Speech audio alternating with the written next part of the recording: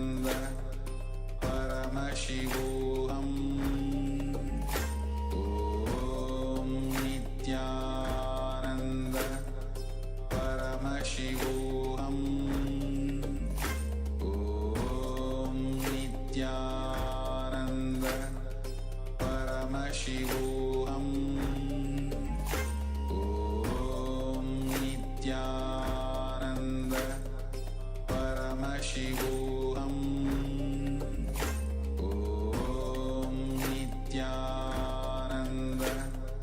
Paramashivoham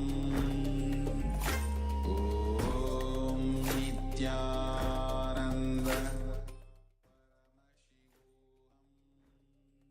Now you can relax. Slowly, very slowly, remove your eye bands and gently let the light come back into your eyes. And now just take a moment and share with us what was revealed to you in your third eyes. What was the details of the image that we were displaying for you?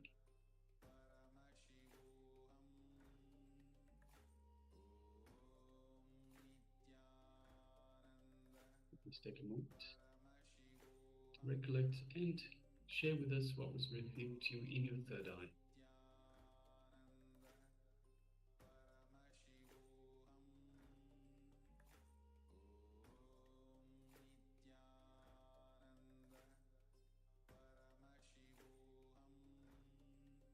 Remember how whatever is being revealed to you, do not hesitate to share again and again. We are repeating that. Do not hesitate to share what was being revealed to you through your third eye. Whether it was revealed to you just fully dark, nothing was shown, you can share that as well. Or if you just saw one image, one visual, you heard as a sound, or multiple images were revealed to you, multiple details were revealed to you, any form you just saw, or you heard somewhere in the corner one particular type of form was there, whether it is animal, person, or any kind of object, anything that was revealed to you, go ahead and share. Remember that it is Swamiji who is manifesting through you. If you are able to see, it is his glory, and if you are not able to see anything, it is his failure. So remove all the tensions from you, whether you are not able to manifest. It is Swamiji who is manifesting through you.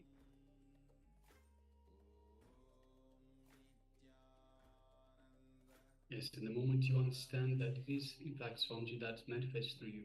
So we are all Paramashiva, we are all part of Paramashiva. We are one with Paramashiva. But we forgot, we have so many limitations that society has imposed on us, so many patterns that because of these patterns, we are not able to fully reach these powers that of Paramashiva that are available, that should be available to everyone. They are available to everyone, but because of our limiting patterns, we have Swamiji in our lives to help us make this connection to Paramashiva. So it is through Swamiji that we manifest. In fact, it is Swamiji that manifests through us, these powers of Paramashiva. So it is very important to understand that. And the moment you understand that, the whole pressure goes off your shoulders. You're no longer beating yourself up for not seeing. You're no longer saying to yourself, hey, why am I not seeing this? Why are other people seeing and I'm not seeing? See, everyone is unique. We saw this yesterday in the program. Everyone is unique. So everyone's path, everyone's expression is unique. So the way power manifests and the timing that power manifests for you is different to others.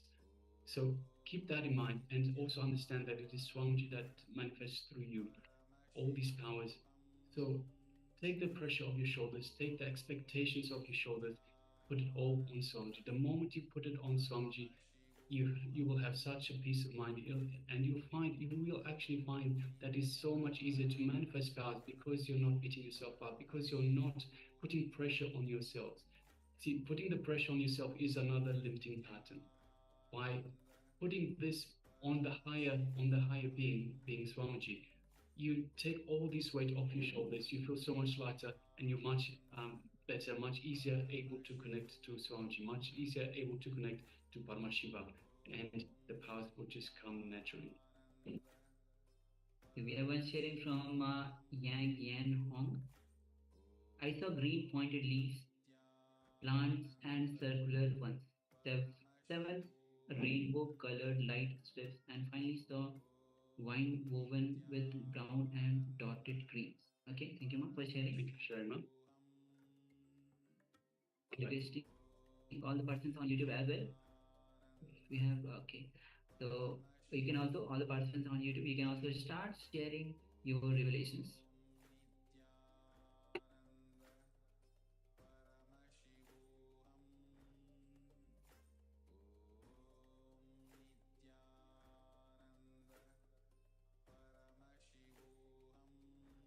All right. So now we'll be moving to the verification. We'll be projecting the image that we had shown before. Yes, as you can see, it's a picture of, you can see birds. You can see birds were sitting in one kind of a rod stand, and totally 6 birds are visible.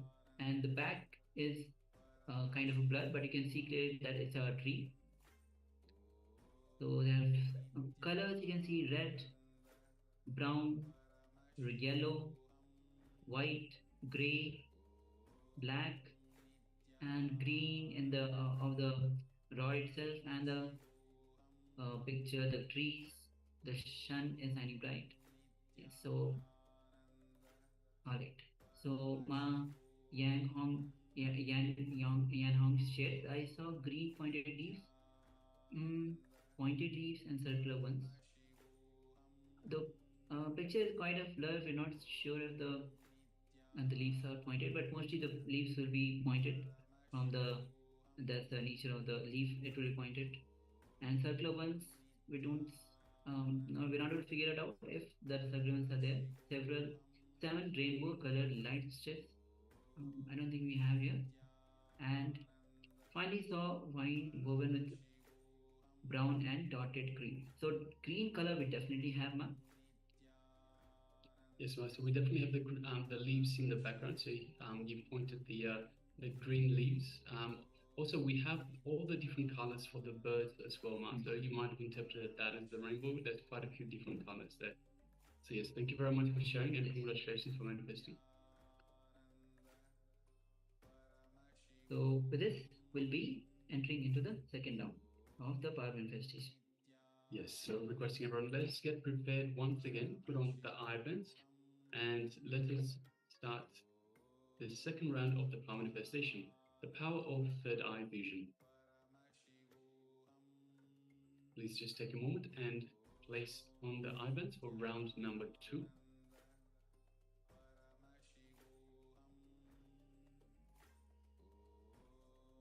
Let us sit comfortably with the head, neck, and spine in a straight line. And let us unclutch from this previous round that we just had. Let's unclutch from what we have been reviewed in this previous round. Let's unclutch from any noise that might be happening around us. We'll just become a witness to anything and everything. Anything internal, anything external. So any thoughts come up, let us just unclutch. Just become a witness. Just as the way a thought comes up, let it go back down. We've learned how to unclutch. We know how to unclutch. Let us just become the witness and let the thoughts go back down by themselves.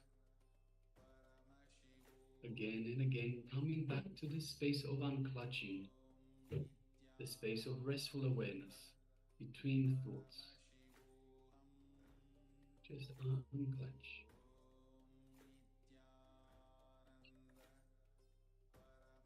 Now let us move our awareness to our inner space, the Ananda Gandha, located just below the heart center. And let us visualize Swamiji's Murti, or Swamiji's, our favorite image of Swamiji in our inner space. Whichever image you resonate with, whichever image you feel most connected to, visualize that in your inner space.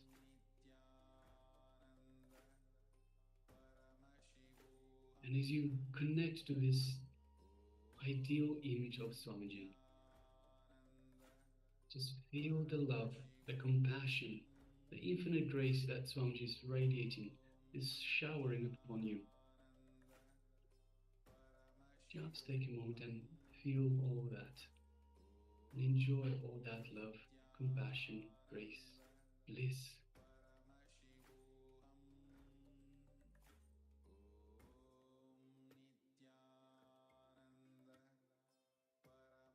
Feel the space of oneness with Swamiji as you feel his energy flowing throughout your entire body. His super conscious energy reaching out to every cell in your body. Every cell in your body is feeling alive, rejuvenated, healed. Just take a moment and feel all of that in your inner space, where it is just you and Swamiji in your inner space.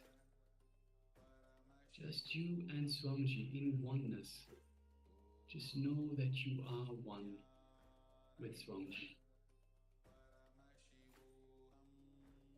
From this space of oneness, let us just gently move our gaze to the third eye between the eyebrows, the Ajna chakra.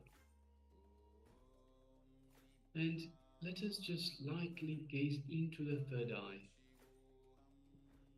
Let's visualize Swamiji in our third eye, and just gently through our third eye, let us look into Swamiji's third eye. And as we do so, we feel a connection, an energetic connection that has built up from Swamiji's third eye to your third eye. Just feel that connection, that energy in your third eye, also known as the Ajna chakra.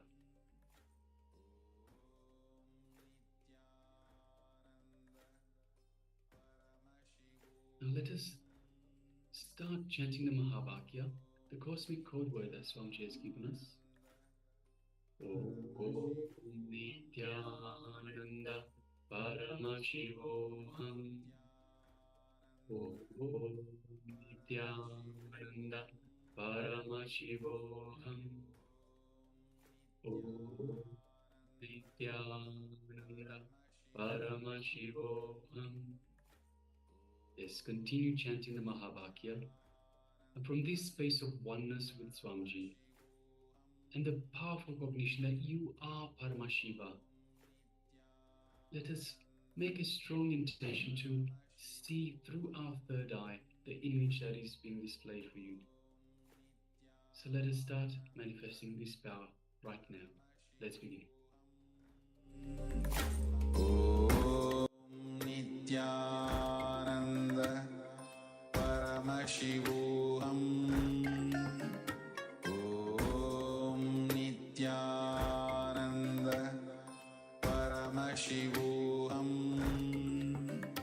Om Nithyananda Paramashivoham.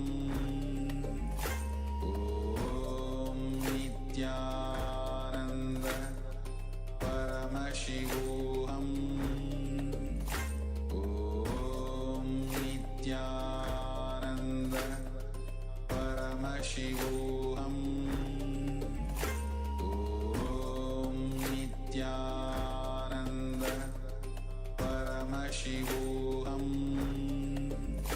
Om Nithyananda Paramashivoham. Om Nithyananda Paramashivoham. Om Nithyananda Paramashivoham. Om Nithyananda Paramashivoham. Om Nithyananda Paramashivoham. Om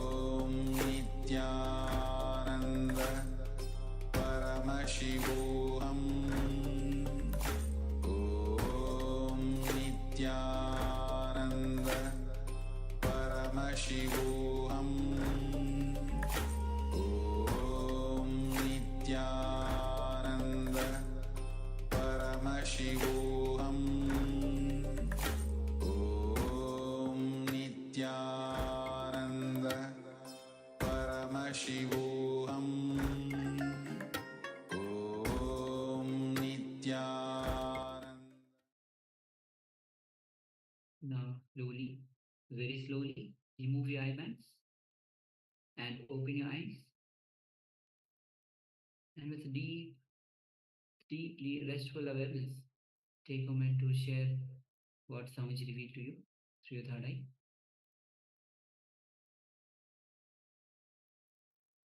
Any image that you saw, even just for the fraction of seconds that was revealed to you. Any sound you heard, even for fraction of seconds. I had just a glimpse of that, had a glance of any image or visualization, or a lot of detail was shown to you. Take a moment to share.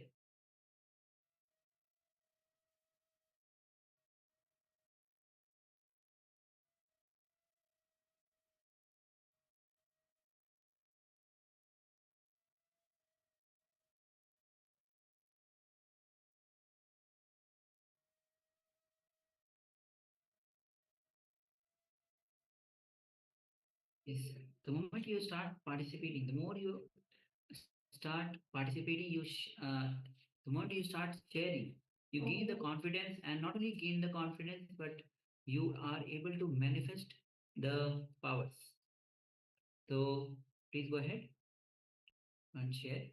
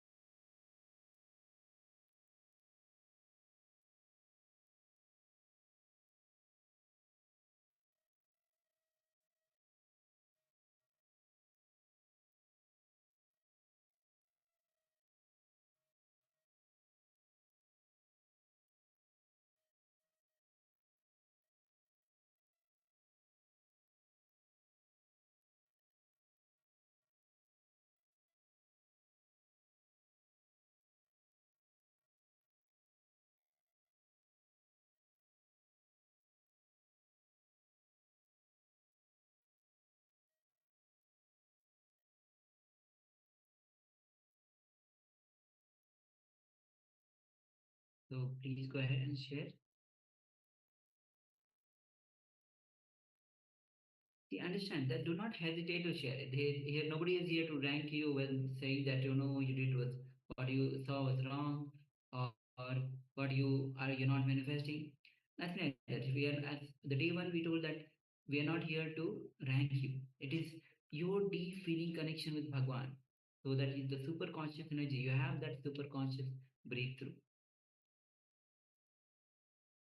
So without any hesitation, go on sharing. Meanwhile, we would like to welcome a couple of participants that have just joined us. We have Ma Le Tang. Yes, Nithyananda. And welcome Ma. Also we have Vidya Lopal. Yes, Nithyananda. and welcome. So we have Ma Yan Hong who shares, I saw a large expanse of light blue lake water, sharp shaped trees, red house, mountain, moss, many white poplar trees, embankment path. Right? Thank you, Ma, for sharing. Thank you for sharing, Ma. And all the participants on the YouTube also, you can start sharing your revelations of the power manifestation. Please go ahead.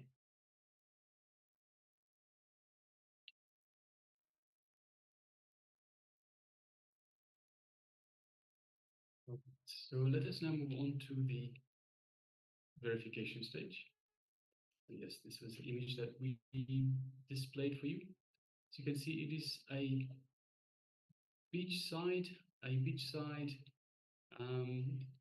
It looks like some sort of maybe like a cafe or something, a restaurant. We have a nice small beach. You can see the sand. You can see the water. You can see in the background also some buildings on top of some rocks overlooking the sea itself. You have the palm trees with its sharp sharp leaves as such. You can see the waves. You can see some grass, perhaps even moss on the top. So we're looking down onto these buildings. So yes, and of course we have the sky. We have a little bit of cloud cover. So let us have a look. We have Ma Yang Yan Hong that says, I saw large expanse of light blue lake water. So we do have a large expanse of water. It's perhaps either the ocean or a sea. Sharp shaped trees. So we have the palm trees themselves. We have red house. So we have the roof of one of the houses, which is reddish in color. Mountains, so yes, we can see mountain, like rocky structure in the background, perhaps not a mountain, but rocky structure. Moss, so we have some grass and perhaps even some moss just on bottom right hand side of the corner at the top of this hill as we're looking down. Many white poplar trees, so we don't have the poplar trees, but we do have the palm trees and embarkment path. So yes, you can see there's the car park there, and there's a pathway along that as well. So yes, thank you very much for sharing, Ma, and congratulations for manifesting this power of third eye vision. Yes, and congratulations to all of you taking part and manifesting this power. So with this, we'll be entering into today's theme itself, as today is day 7 of the Paramashivoham, and it's a 21-day, as all of you know, it's a 21-day of program, and we have entered into day 7. And today, the deity is Dakshinamurti, the one who is sitting in silence, the vibrant silence. And he's the ultimate master. Today, we'll be understanding all the dimensions of human existence. We'll be going through the koshas, the 5 koshas that we have. And before that, we'll be entering into a short revelation by Swamiji himself on the Dhyana Spurna. So the Dhyana Spurna is, Dhyana means meditation, Spurna means flowering. When the meditation flowers in you. So let's get ready to have, and also make sure that you have the pen with you, notebook with you, so that you can write the powerful cognitions when Swamiji is revealing these powerful truths, great truths. Only when it gets clicked with you, you imbibe these and you start implementing these in your life. So now let's get ready. Please come to the space of listening and let's.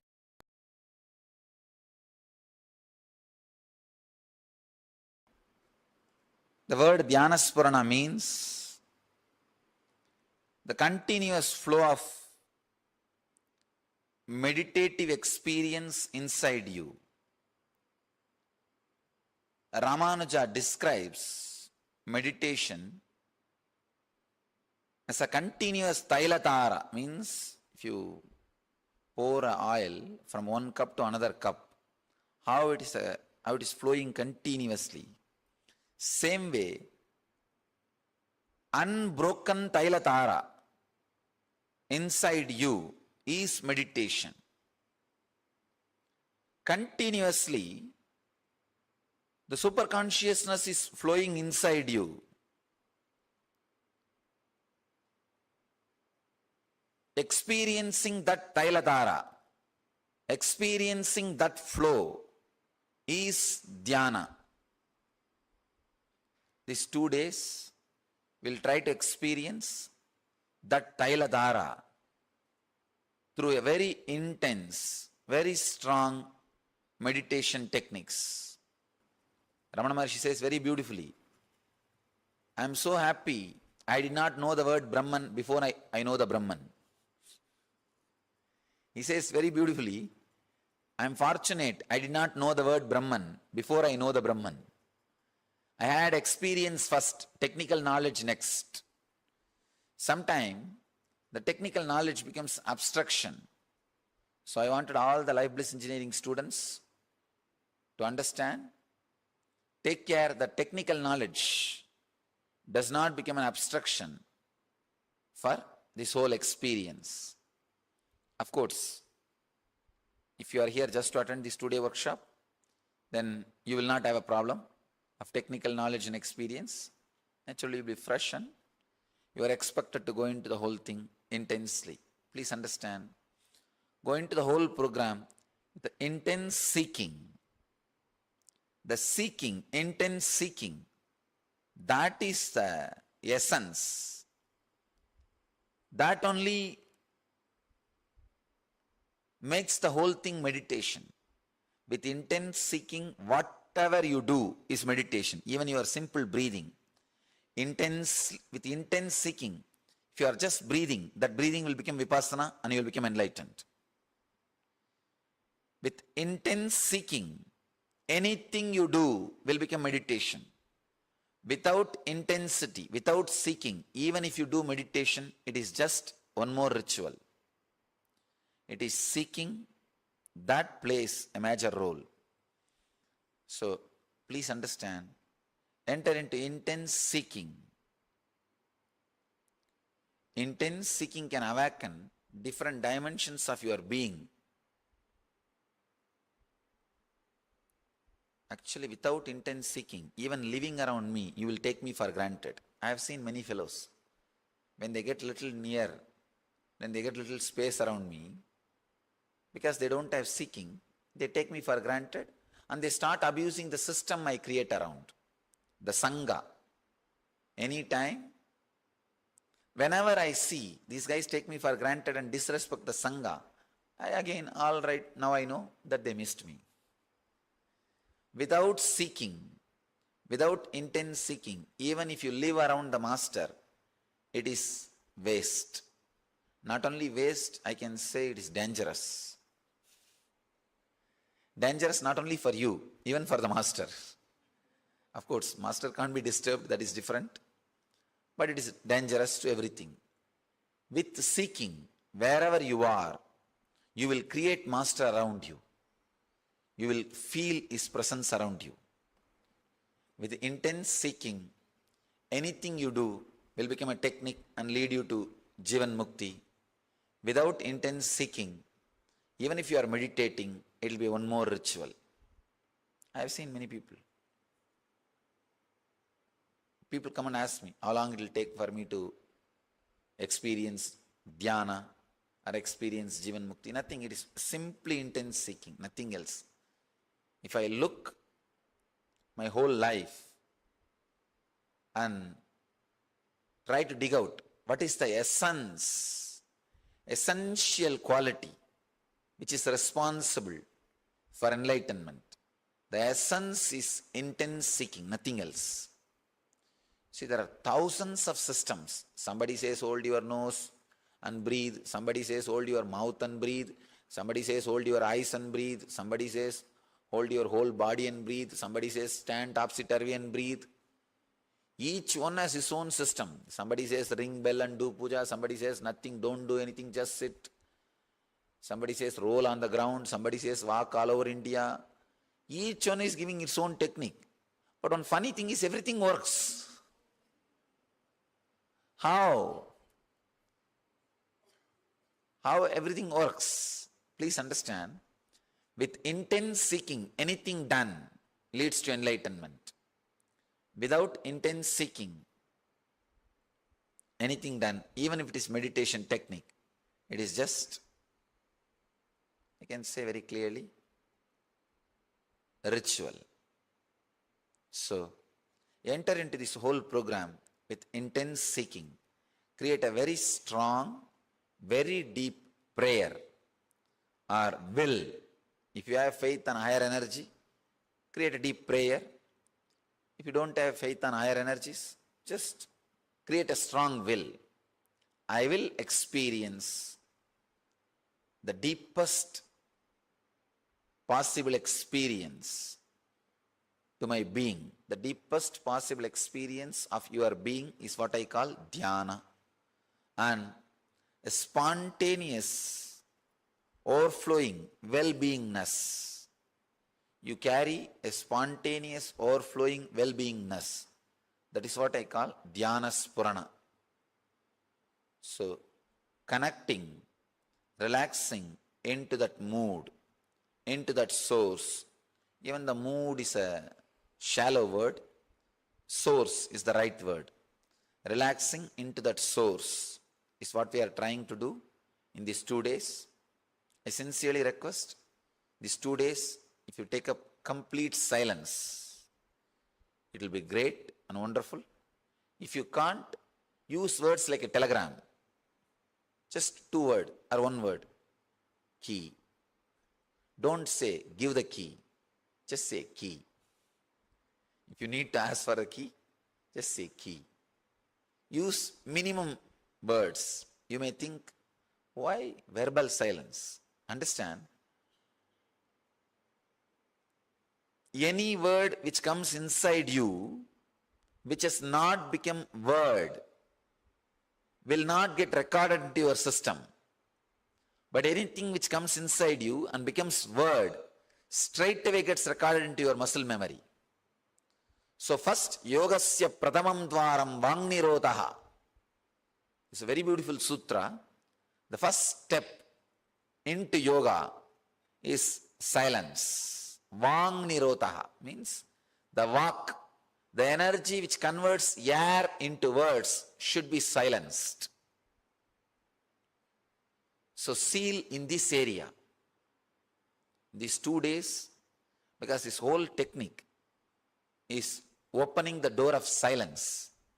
See, there are so many doors. Through the door of love, through the door of intelligence, through the door of compassion, through the door of bliss, through the door of silence. Through so many doors we can experience the same experience, the Jivan Mukti. In this program, I am trying to open the door of silence. This Dhyana Spurana is all about silence. Through silence, you can experience to the innermost silence.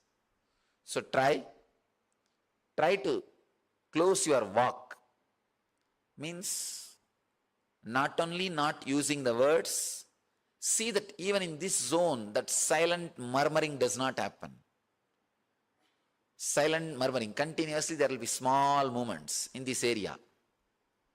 Even if you keep quiet, verbally, there will be small movements. That is what Patanjali calls Vang Nirodha. Shutting the vak. Not only verbalization, the small movements, very mild, subtle movements happening in this area. In this area. Very subtle movements. When you look, you will see tuck, tuck, tuck, tuck. Even while you are sitting and listening, here you will see like a heartbeat. Continuously, something will be going on. It will not be physically felt like a heartbeat, but mentally, some words going on. Those words will not even have a proper meaning. They will not even have proper meaning. They will not be moving properly. They will not even form into a full grammatical sentence. Just blah, blah, blah, blah, blah, blah, blah. Something. You'll be sitting, suddenly you'll think, I should go to Madurai and see the temple. No, I don't know what is there for lunch. I don't know how long it will take for the next session. I don't know whether the Swami will let me rest in the noon. Anyhow, I should not rest, I should only meditate. These 2 days I have decided to come here. I don't know what happened to my daughter. There is no relationship. There is no reason. That will be happening only in this Vang. Vak. So these 2 days, Vak Nirodha. Do not let the Vak to be active. Go to the deepest possible silence. So if you switch off your cell phones and stop the conversations, if you have started any conversation before this session, to your friends or relatives or this group, after this session, end it. Tell them, next 2 days, I may not be available. If you want to make some calls, call them, friends or family or relatives. Tell them I am going through a very deep meditation program, so I am expected to be in silence for next 2 days. Please do not disturb. Is there anybody? Oh, no, my business will be spoiled, my family will disappear. Everything will go well actually. If you are out for 2 days, everything will go well. Be very clear, because of us things are not moving. In spite of us it is moving. So just 2 days. I'll tell you, really you will feel happy that you took the decision of keeping the silence. You see, when the prana flows inside you, and if it is not converted into words, it will not become samskara. It will not become samskara. For a simple example I can give you, suddenly for no reason, if you decide to create a negative opinion about somebody, some friend or relative, see, when you start, you have a freedom. You don't need to create a negative opinion actually about that guy. But you say, you can afford. He can't hurt you. He is not that capable. So naturally, you tend to create a negative opinion about that person. See, in the initial level, it's a freedom and choice. But 10 times, if you speak negative about him to somebody, after 20 days, suddenly you will see, you really carry a negative engram about him.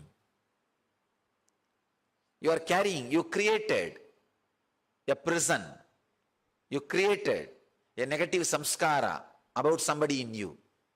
So anything mothered by you verbally becomes a solid engram, engraved memory in you. So these 2 days, I'm going to work on the deeper zones of your being. Not only you are going to work, I'm also going to work.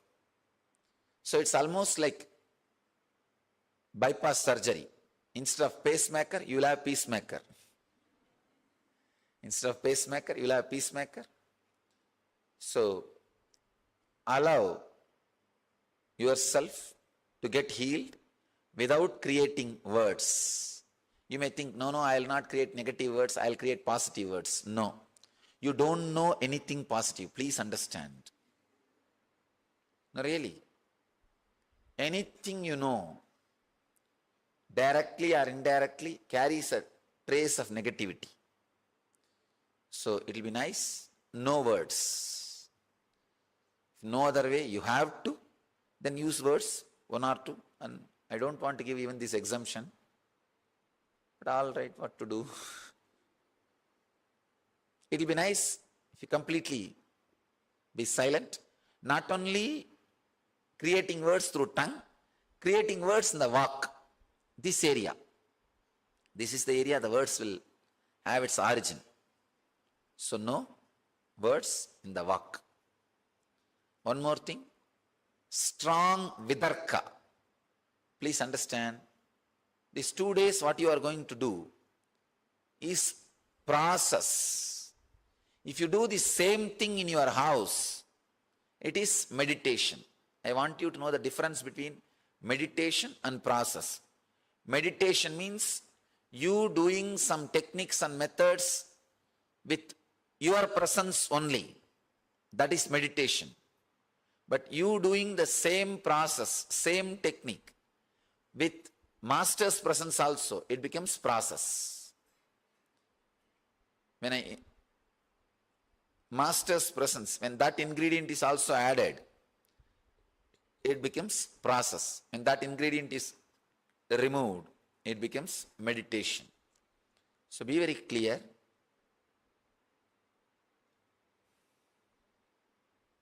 You are entering into a process. So have a strong vidarka. If you are new, I want you to understand this word. Darka means simple logic. Kudarka means negative logic. Constantly judging. Vidarka means a simple, open, acceptable, receiving logic. So, if you sit with vidarka, a deep vidarka, suddenly you will see whatever I am uttering becomes experience in you.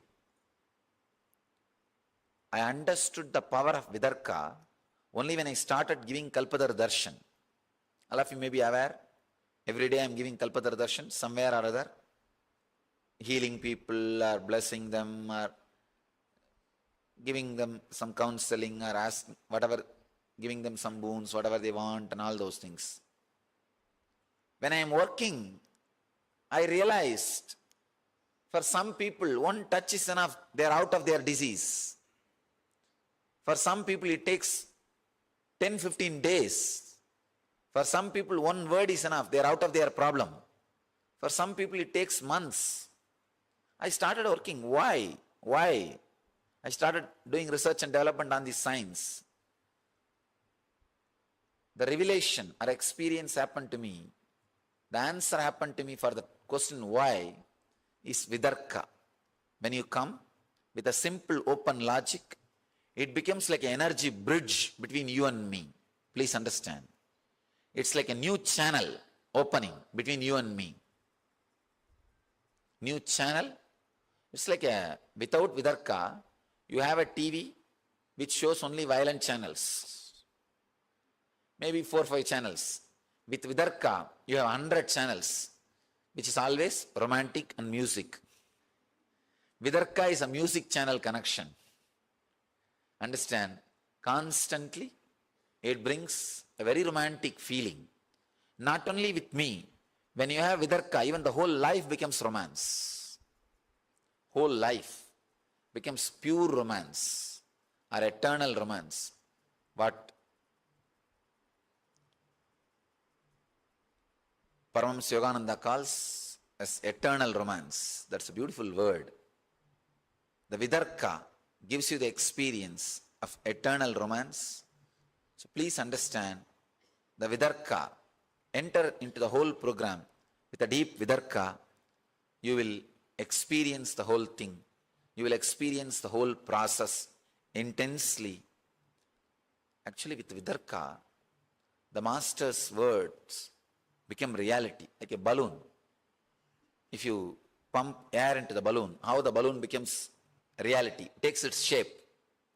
Same way, vidarka is the air to make the master's words into reality. Master's words takes its shape when you pump the air of vidarka into it. So sit with the intense seeking, an intense vidarka. Simple things you do. Actually, you are going to do only very simple things. It's not, no complicated techniques. You are not even going to move your body. Throughout these 2 days, you are not even going to move your body. There is no physical active meditations in these whole 2 days. The whole thing is completely based on silence. Utter silence. The whole thing is based on Taittiriya Upanishad. The whole program is based on Taittiriya Upanishad. Taittiriya Upanishad describes the 5 koshas, 5 parts of you. The first part is Annamaya kosha, the physical layer, the layer which you are carrying, made out of flesh and bones. Second part is Pranamaya kosha, the 5 air movements inside you. Prana, Vyana, Utana, Apana, Samana, which is responsible for all major diseases. See, almost all major diseases, including cancer, Pranamaya kosha is responsible. First problem starts in Pranamaya kosha. Like a bone fracture, those things start in Annamaya kosha. But all other problems, the major problems, cancer, heart problem, the wheezing, asthma, sugar, the BP, everything starts from Pranamaya kosha. All the air movements, 5 air movements, air going in, staying in, spreading all over the body, going out and cleaning. These are the 5 air movements. Prana, Vyana, Udana, Samana, Apana. These 5 air movements is the second layer, second sheet. Pranamaya kosha. The third, Manomaya kosha. The inner chattering which is happening between your navel and the throat. Please understand, it's a technical knowledge. You don't need to remember it, but if you just understand, it will be really useful. The inner chattering which is happening between navel and throat is the Pranamaya kosha, Manomaya kosha, the third layer. mental sheet, the inner chattering. Fourth is the emotions which you experience beyond thoughts, the source of thoughts, that emotion, intense lust, intense greed, intense fear, or intense peace, the emotions which you experience, which are responsible for your thoughts, is the fourth layer, Vijnanamaya Kosha, the science of whole thing, the essence of whole thing. I can say, the space where you fall asleep, that is Vijnanamaya Kosha. Very subtle essence of engraved memories, that is Vijnanamaya Kosha. The fifth layer, Anandamaya Kosha, which usually you don't experience in your day-to-day life. Very rarely, when you are sitting in silence with yourself, maybe seeing sunset in the evenings, morning sunrise, those moments, very rarely you experience Anandamaya Kosha. But even those moments, if you try again, second time, it will not happen. It will not happen if you repeat. But let this technique be kept alive. At some point, somewhere, maybe after 2000 years, after 3000 years, again, one more person may experience through that door. Just with that hope, we keep all these things alive. Anyhow, Anandamaya Kosha is a space you experience your utter silence and bliss spontaneously without any reason, and which can't be reproduced, which you experience very rarely.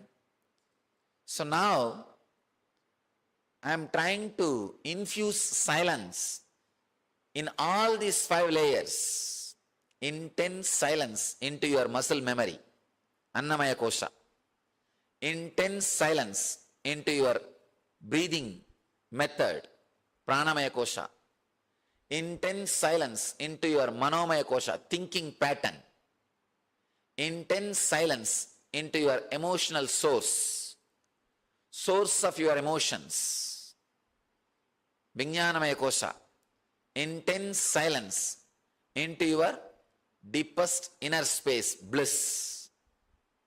Please understand, infusing intense silence into all these 5 space is what I call Dhyana Spurana. This whole system, this whole program, the whole technology is from Taittiriya Upanishad. Taittiriya Upanishad describes these 5 layers. Maybe today evening, we'll sit for a few minutes. I'll chant the Taittiriya Upanishad. I'll chant those mantras. You experience those mantras. Before experiencing the mantras, let you experience the silence first. Then, we'll enter into the technical knowledge. First, I'll give you the essence of this introduction. I request you to be carrying intense seeking, yearning to achieve the ultimate, achieve the silence. Please understand, without yearning, the silence which you experience is very shallow. Sometimes people ask me, the yearning, seeking itself disturbs my silence, Swamiji. Then that silence is very shallow. The seeking will take you to a silence. That only is an eternal silence, the ultimate silence. If the seeking disturbs your silence, it is a very shallow silence. Forget about it.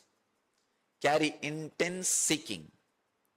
Second thing, carry intense vidarka, means openness. With intense seeking, you will enter into a meditation program. With intense vidarka, you will enter into a meditation process. You will allow me also to contribute for you.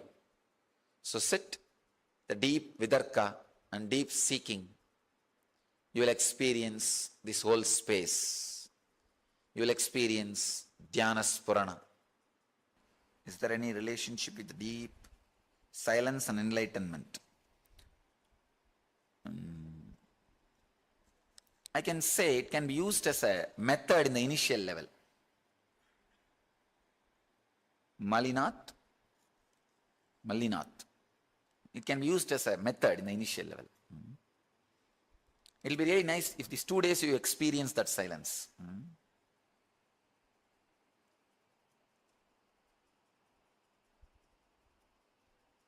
Madhavi, you are asking about deep silence. No, deep silence does not need to be practiced in everyday life. I am only asking you to do these 2 days. I'll give you a very strong push into that experience. After that you will see, even while you are doing your activities, you will carry a kind of a silence. It will be like a...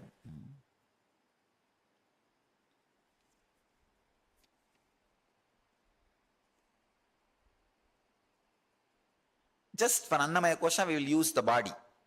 Because it is related to body, we will use technique related to body. Other than Annamaya Kosha, all the other 4 layers, you will not even move the body. You will not even move the body. But here, because we are working on the body, we will work on biomemory, on the muscle memory, the prarabdha.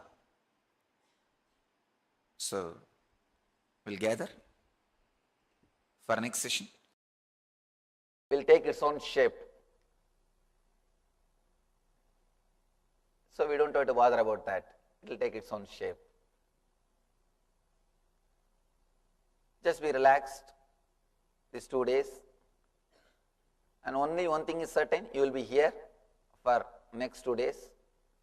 Just go through in a very simple way. Don't take things too seriously.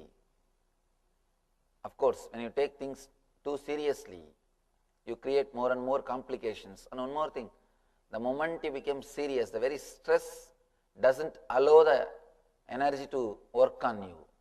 The very stress stops the spiritual experience happening in you. These are the usual few things I give as introduction. Try to be completely the present moment so that you will not sleep, you will not miss. Next thing, try to take the maximum possible help from the Master's presence. Try to have the maximum help. Small story.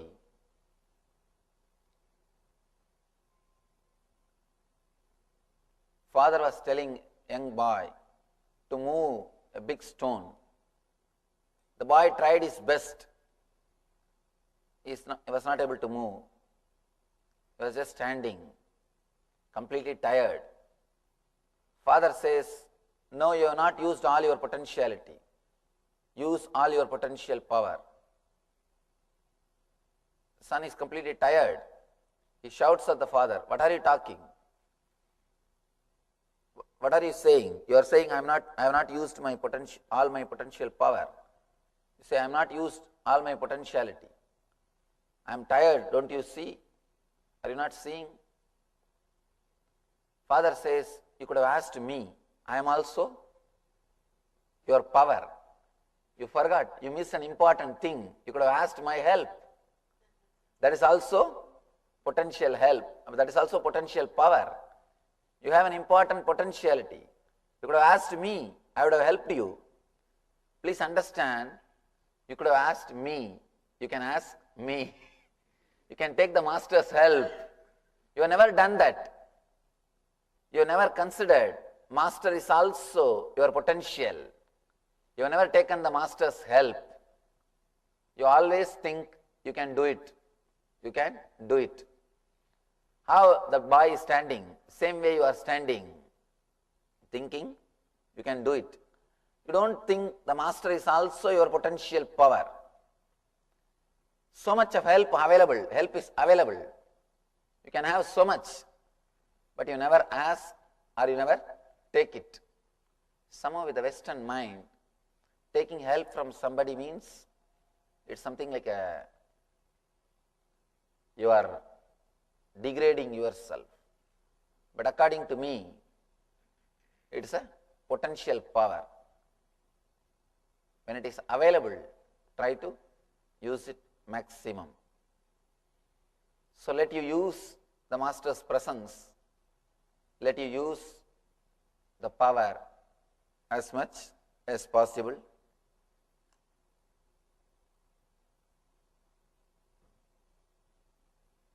We'll enter into the subject.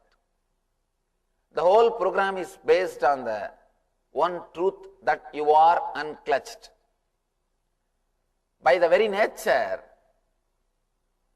by your very nature, you are independent, illogical, unconnected, unclutched thoughts. Let it be very clear. By your very nature, you are independent, illogical, unclutched thoughts. I'll try to explain how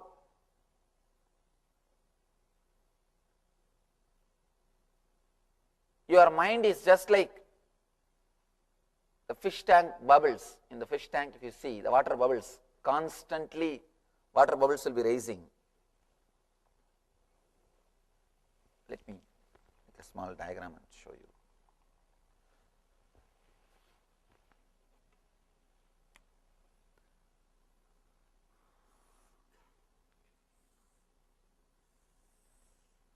Whenever I draw any picture, I write a name also so that people will understand.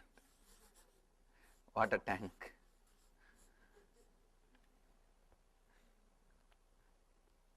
Just understand it is a water tank, fish tank. You will see the water bubbles.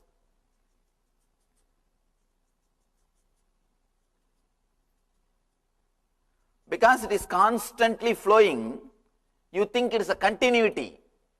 But it is not continuous flow. Every bubble is an individual. Every bit is an individual, unconnected. But when you see this going in such a high speed, you start thinking it is completely connected, or you think it is a continuous process. It is happening continuously. Same way in your mind, continuously thoughts are flowing. Because of its continuity, you think it's a continuous process. Otherwise, every inch is separate, independent, individual thoughts. I want you to understand one thing. You can neither control nor concentrate or develop these thoughts. You can't do anything about it. Then you may ask, then why did you call for this program, Swamiji? Then why this program at all? Just to tell you that you can't do anything, I called you all. Let it be very clear. Just to make it very clear, you are putting too much of effort in the wrong direction. You are putting too much of effort in the wrong direction. You are trying too much in the wrong direction. Just to make you aware, you are trying in a wrong direction. I called you all. One thing can be done. The moment you understand you are unclutched, you are unconnected, the influence on your being, the influence of thoughts on your being will drastically reduce, practically disappear. You will not be influenced by your thoughts. You will not be influenced by your thinking. You can completely liberate yourself, all the suffering which you are creating for yourself. Let it be very clear. All the suffering, capital letter ALL, all sufferings you create for yourself. You don't have to believe me, but that is truth.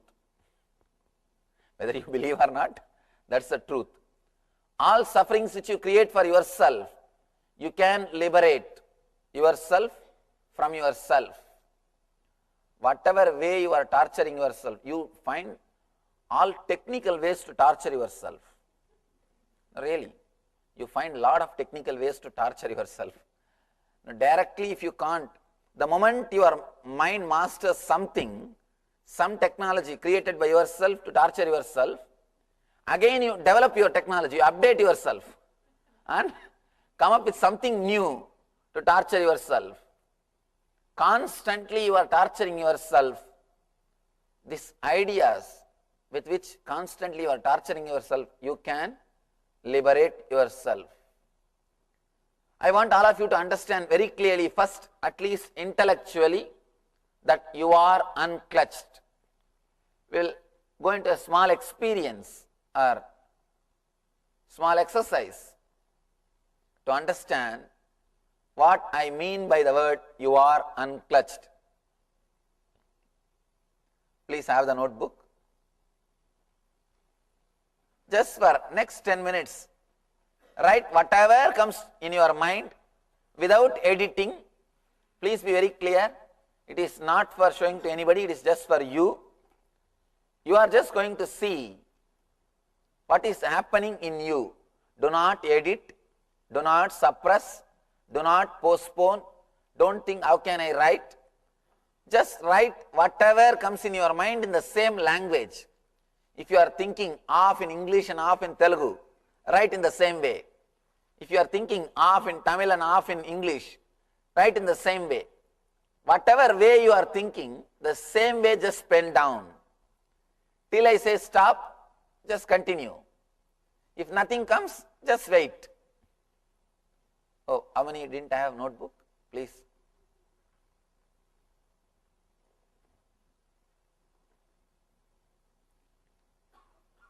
Let's look into our mind. Actually, what is going on? Let it be very clear. First time you are looking into your mind. If you can't write, it's okay. You can't write with left hand, huh? No, if you can't, it's okay.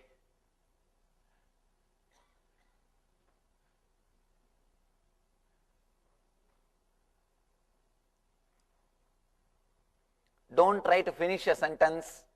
Don't try to be logical. Don't look into the neighbor's book. Just look into your mind and write. See, Big Boy's wife is looking at Big Boy's notebook. Come this side. Don't sit next. Move, come up to this chair, ma.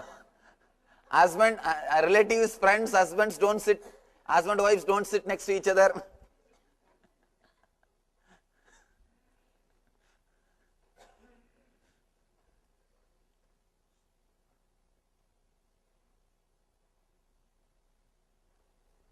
Let's understand the truth experientially.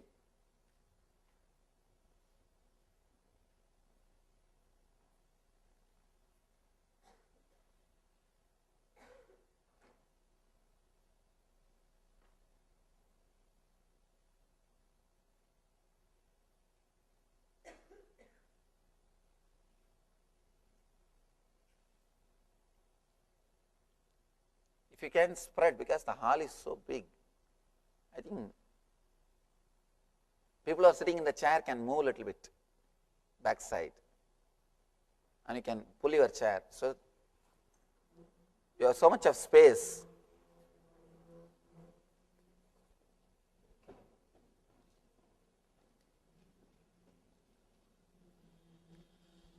Whatever goes on, let it go, let it happen.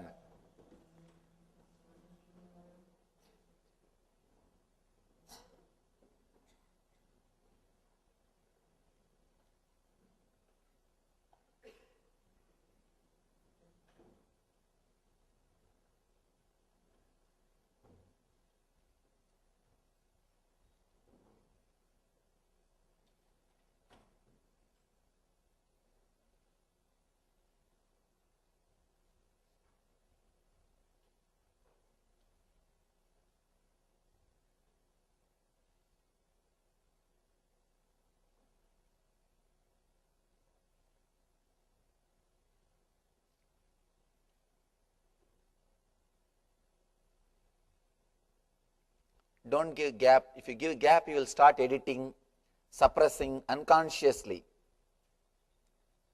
I want you to know completely what is going on inside.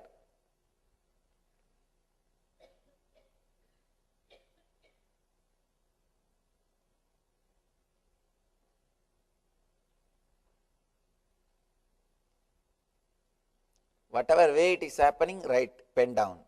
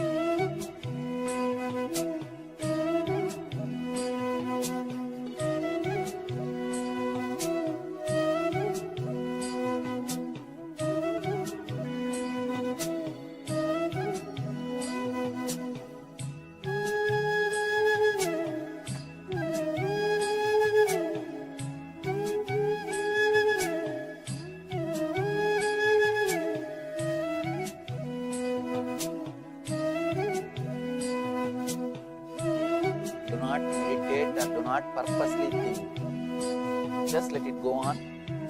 Write even the conflicts. One thought trying to come up and you trying to suppress or play with it or torture, all those things. Write as it happens. If somebody sees as a witness an objective report, how you will give? Write in the same way. If you are a journalist, it will be easy for you.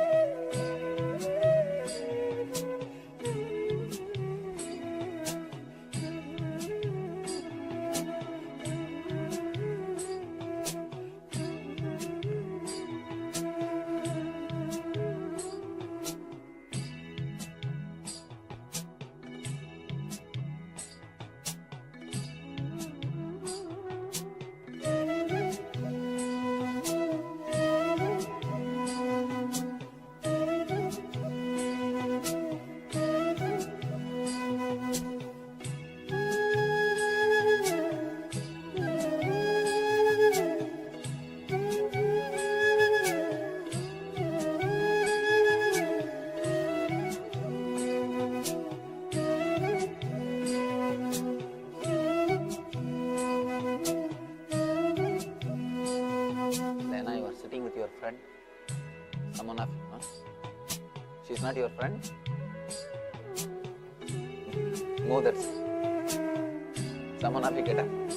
Get up, get up, get up.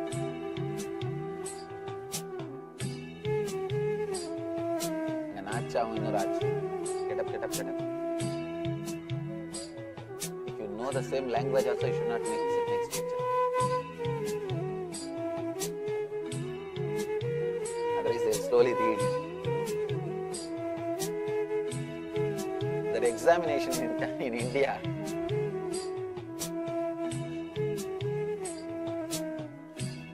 Now, even though you know the right answer, you just verify.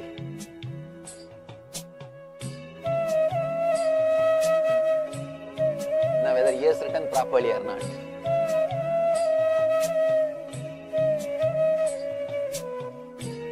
That's a big problem.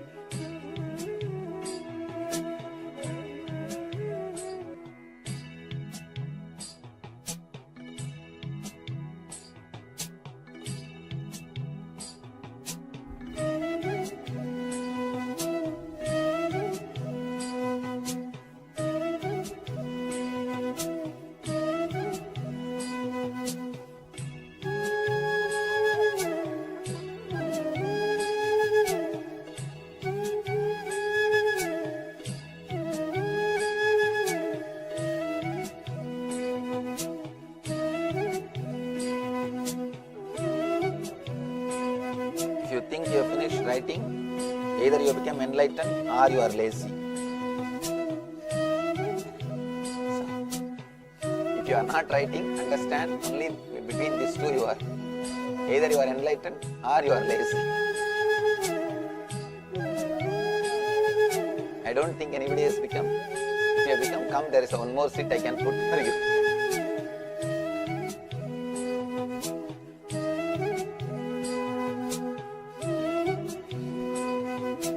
Because Yes. So So this was a 10-minute of experiment where Swamiji said to write down whatever thoughts are coming without any judgment, without editing, without suppressing anything. Whatever thought is coming, just write down. Say if your journey should be easy for you. So now if we have a look at what we have written down, so just take a moment and have a look at everything that you've written down. So you should have written down everything without editing, just as soon as it comes out, as soon as the thought arises, write it down. So if you've done this properly, then you can have a look at everything that has come in your mind, and you will easily see that everything is unrelated. There is no relation between one thought and another. Everything works through some random association that only the brain knows. But have a look at the thoughts, all the thoughts, and you understand the unrelatedness between thoughts, the randomness between thoughts. And as such, you will understand that it is pointless to connect these together because it makes no sense.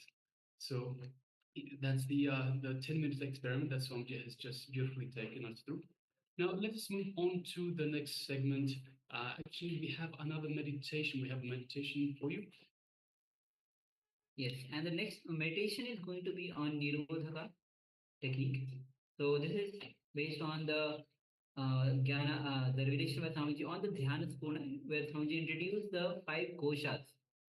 The 5 koshas, Annamaya kosha, Pranamaya kosha, Manomaya kosha, Vijnanamaya kosha, and the Anandamaya kosha. So we'll be entering into a meditation technique which is called Nirodhaka technique. See, all throughout the day we'll be going through this 5 koshas and so that we bring silence, deep silence into each of these koshas. So one by one we'll be going by. So this technique is to bring the deep silence in you. So please come to the space of listening. And someone said that only for the Annamaya kosha, the technique for the Annamaya kosha, you will be using the body because it is directly related to the body. Otherwise, for other techniques, you'll not be using the body. So now let's enter into this Nirodhaka technique to bring deep silence in you. Will take its own shape. So we don't have to bother about that. It will take its own shape.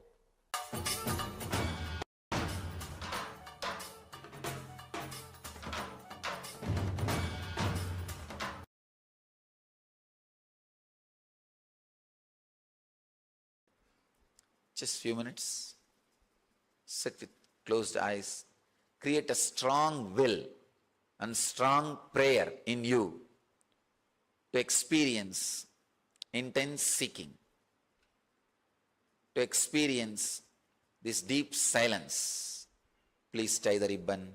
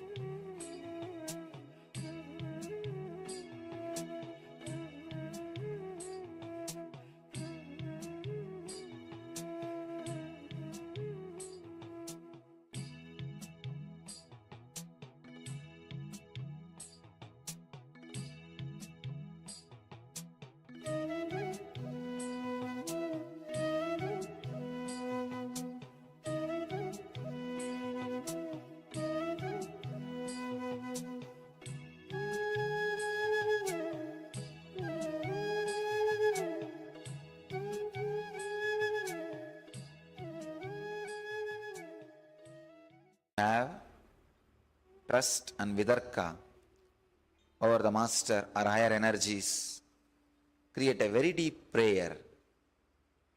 If you don't have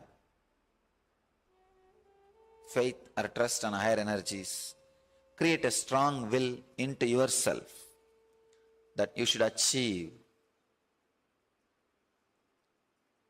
the deepest possible silence.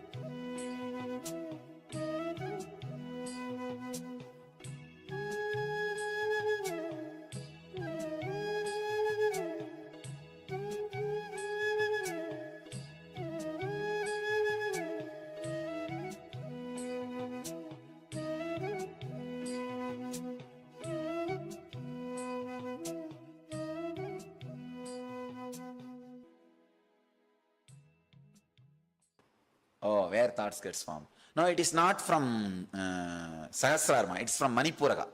See, below Manipuraga and above Swadhisthana, that was the area, the source of emotion. Ma. And below Anahata, above the Manipuraga, Anandaganda, that was the area, it gets formed into a thread. Here it is a cotton, ma. Here it gets formed like a thread. Here it gets colored. You understand? So you see, here it's a thread. Below Manipuraga and above Swadhisthana. That's where it's a cotton. And below Anahata, above Manipuraga, Anandaganda. That's where it gets as a thread. Like a thread comes out of the cotton. That's where it becomes a thread. Here, below the Vishuddhi, above the Anahata, this area. I can say even above Vishuddhi. Exactly. Above Vishuddhi, in this area, it gets colored. Means emotions added to it. Your identity added to it. So it's a three-place process. Walk. Okay. How we should stop, you are saying. Walk. See, if you just close your mouth and see, any thought comes, there will be slight movement in the deep tongue. The root of the tongue, this area, inside. I am not talking outside. Inside there will be slight movement, subtle movement. If you want, you can observe now, 2-3 minutes, you can observe. That slight movement will be there. Arrest that. Just make that whole area hard, stiff, or arrest it. That is what is called Vang Nirodha. Vak Nirodha only, when you pronounce it becomes Vang Nirodha. Nirodha means cessation. Cessation. So yogasya pradamam dwaram vaknirodha means the first step to yoga is silencing the vak. Just make that area feel hard. Just even if you tell yourself shut down, it will be completely silenced. Maybe 2-3 minutes, just close your eyes and observe what is going on in this area inside. Any word which comes out, you will see only that area. A mild movement. Close your eyes and sit for 2 minutes.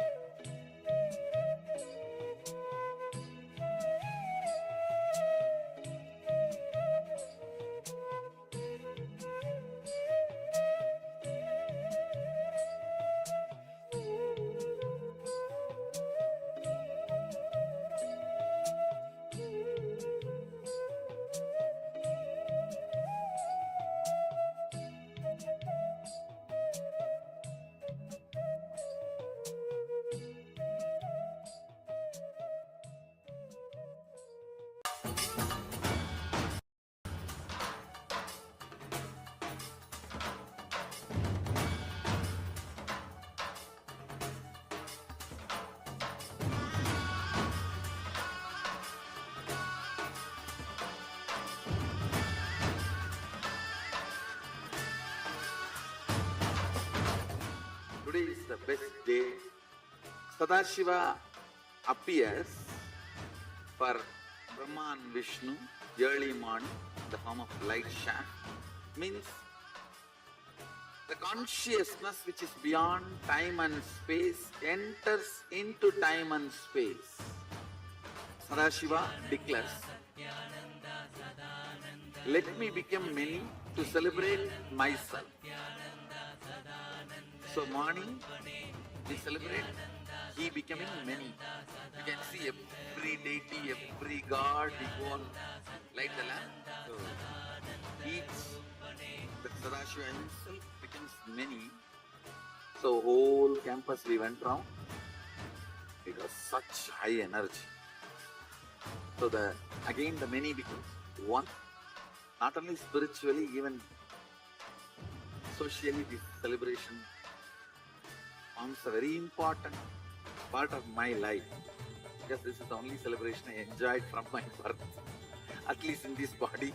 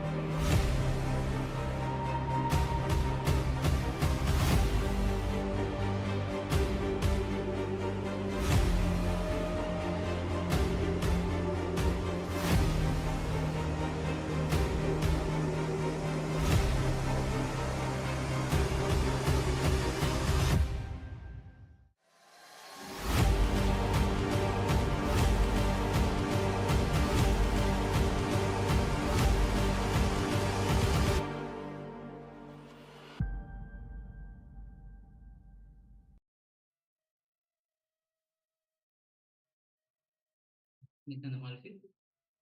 So we just had the meditation on Nirodhaka technique to bring deep silence into your being.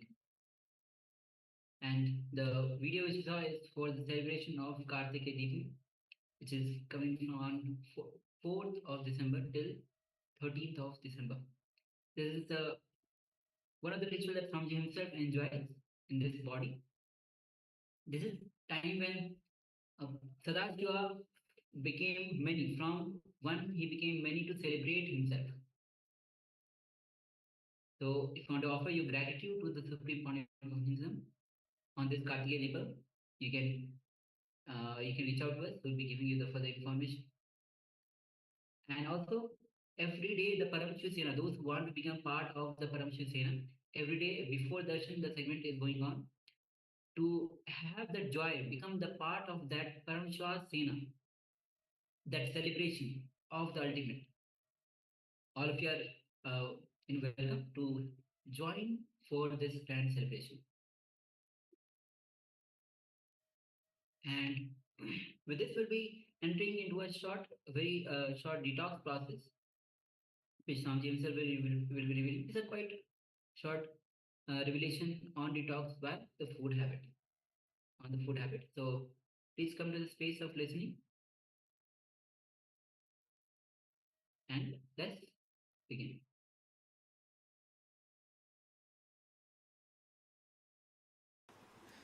I fast on Paurnami and Amavasya days. But tonight I forgot and ate dinner. It's okay. Bhagavan Reddy, skip only 2 meals.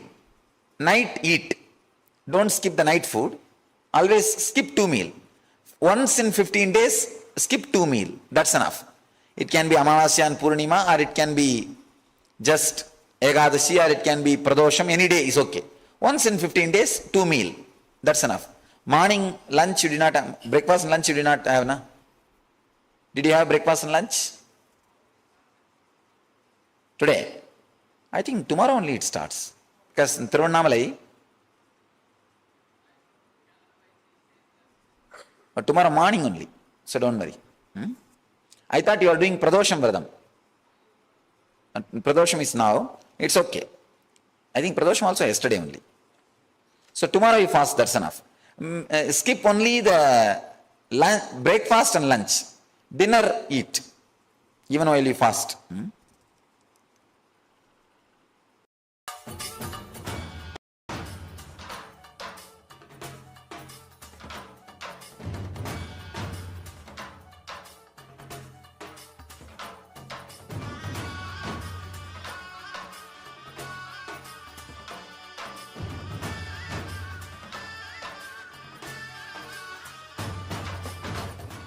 Today is the best day. So that Yes, Nithyananda, all of you. So this was the revelation by Swamiji on the food habit. With this, we'll be moving on to the power manifestation, and today we are manifesting the power of quantum memory. So first, let's enter into the SAS Pramana. Quantum memory is the power to recollect large information without thinking. Intelligence behind the brain. So the verse is taken from Sarva Gyanatra Agma, verse 15. And the verse goes as एवमेकात्वं भावेन संसितस्य तु योगिनः सर्वज्ञत्वं प्रवर्तेत विकल्परहितस्य तु. The translation of this verse goes as, within such a yogi who establishes himself in absolute non-dual oneness with Lord Shiva and who keeps himself free from all sorts of differentiating notions, the exalted superpowers of all-knowing Sarvajnanatva gets unfolded in all its fulfillment.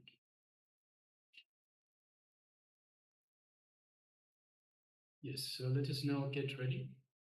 So we will be displaying an image for you, an image of a sheet of a page from a book by the Supreme Pontiff of Hinduism, Science of Living Enlightenment.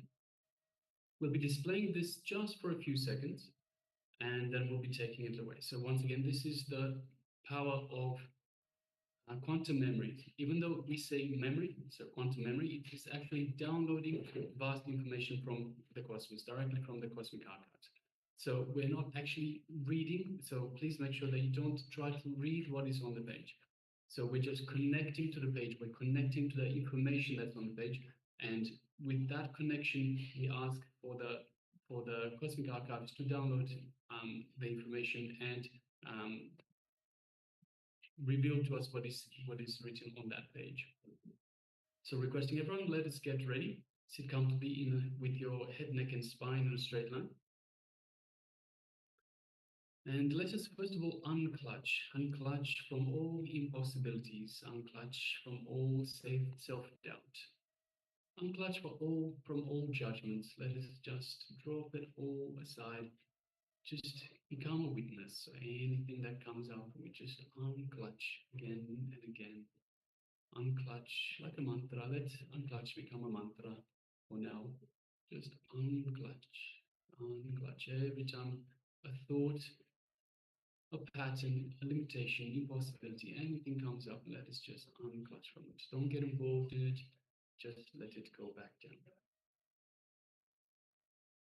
Unclutching again and again, we come to the space of restful awareness.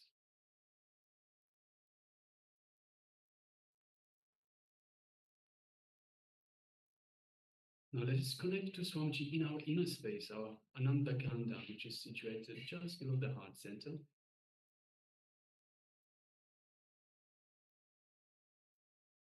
By just remembering Swamiji in our inner space, we invoke the Master. So just have your favorite murti, your favorite image of Swamiji, your ideal image of Swamiji that you most connect to, that you feel the most connection with. Just imagine that, visualize that in your inner space.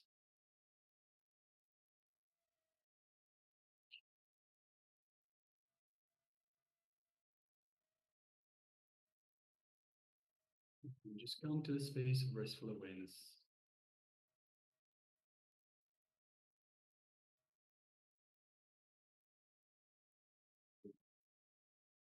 So we will be displaying the page for you just shortly. So don't put any IBANs on just yet. You need to connect to the page itself.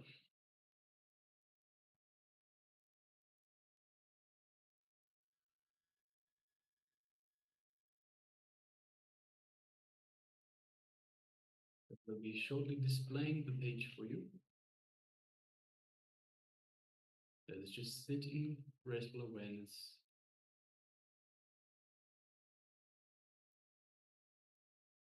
So we're displaying for you the Science of Living Enlightenment, page 186. Don't try to read. And that's it. So just connect to the page itself. And now let us get back to the restful awareness in oneness with Swamiji. So just feel yourself and Swamiji, just the two of you in your inner space. Feel this space of oneness with Swamiji. It is from this space that the power will manifest.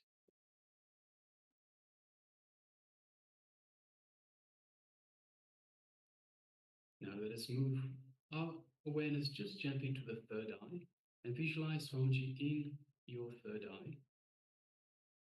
And through your third eye, gaze into Swamiji's third eye. And as you do so, feel that connection, that energetic connection between your third eye and Swamiji's third eye.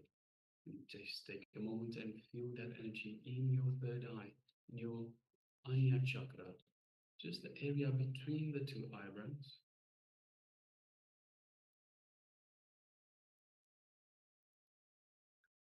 And now bring your connection to this page into your third eye. So just an image of the page that was displayed to you for a few seconds, bring that into your third eye, where you have that connection to Swamiji's third eye. And just ask Swamiji to reveal to you the information that was displayed on that page. Let us now begin this power manifestation now.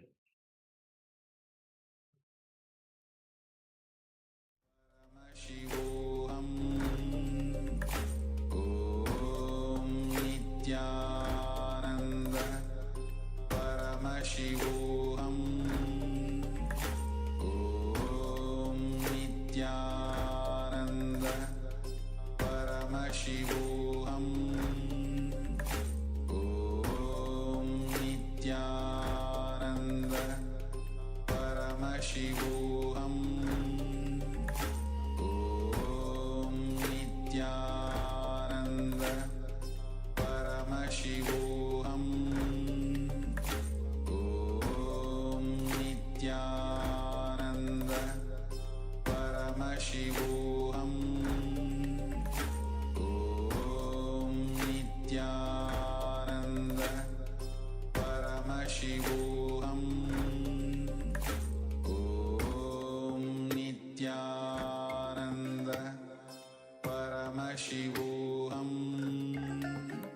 Om Nithyananda Paramashivoham Om Nithyananda Paramashivoham Om Nithyananda Paramashivoham Om Nithyananda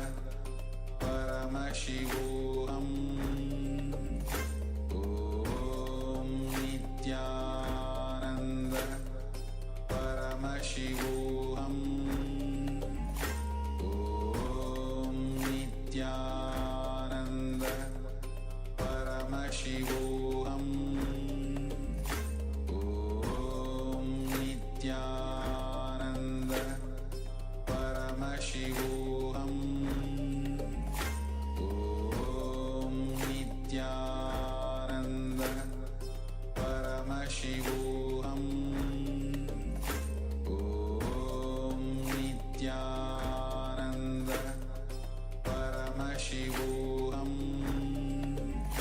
Om Nithyananda Paramashivoham Om Nithyananda Paramashivoham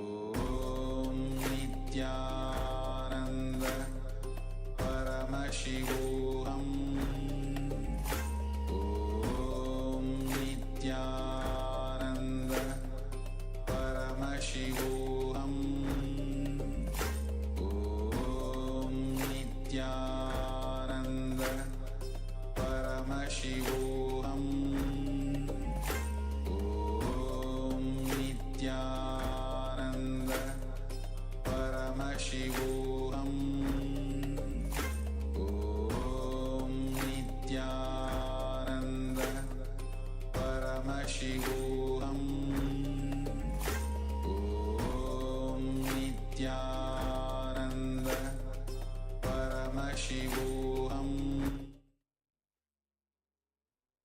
Now, slowly, very slowly, you can open your eyes and start to share every detail, every word, every sentence, or even if it was the whole paragraph was revealed to you. Take a moment to share, or even the whole page was revealed to you. Take a moment to share as you are manifesting the power of quantum memory to recollect large information from the intelligence behind the brain. Meanwhile, we had the new person from last season. We would like to welcome them. We have Ken who has joined, Nithyananda. We have Srinitya Lingodhavan who has joined us, Nithyananda. And also we have Zhou Weiping who has joined us, Nithyananda. And also we have Wang Shiping who has also joined us. Yes, Nithyananda. Nithyananda. So Srinitya Lingodhavan says reality. Okay, thank you for sharing. Thank you.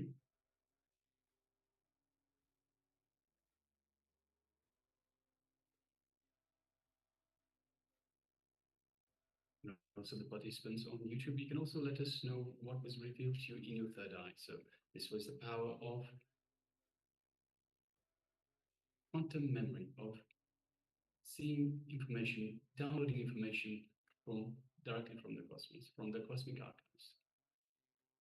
So requesting participants, let us know what was revealed to you in your third eye.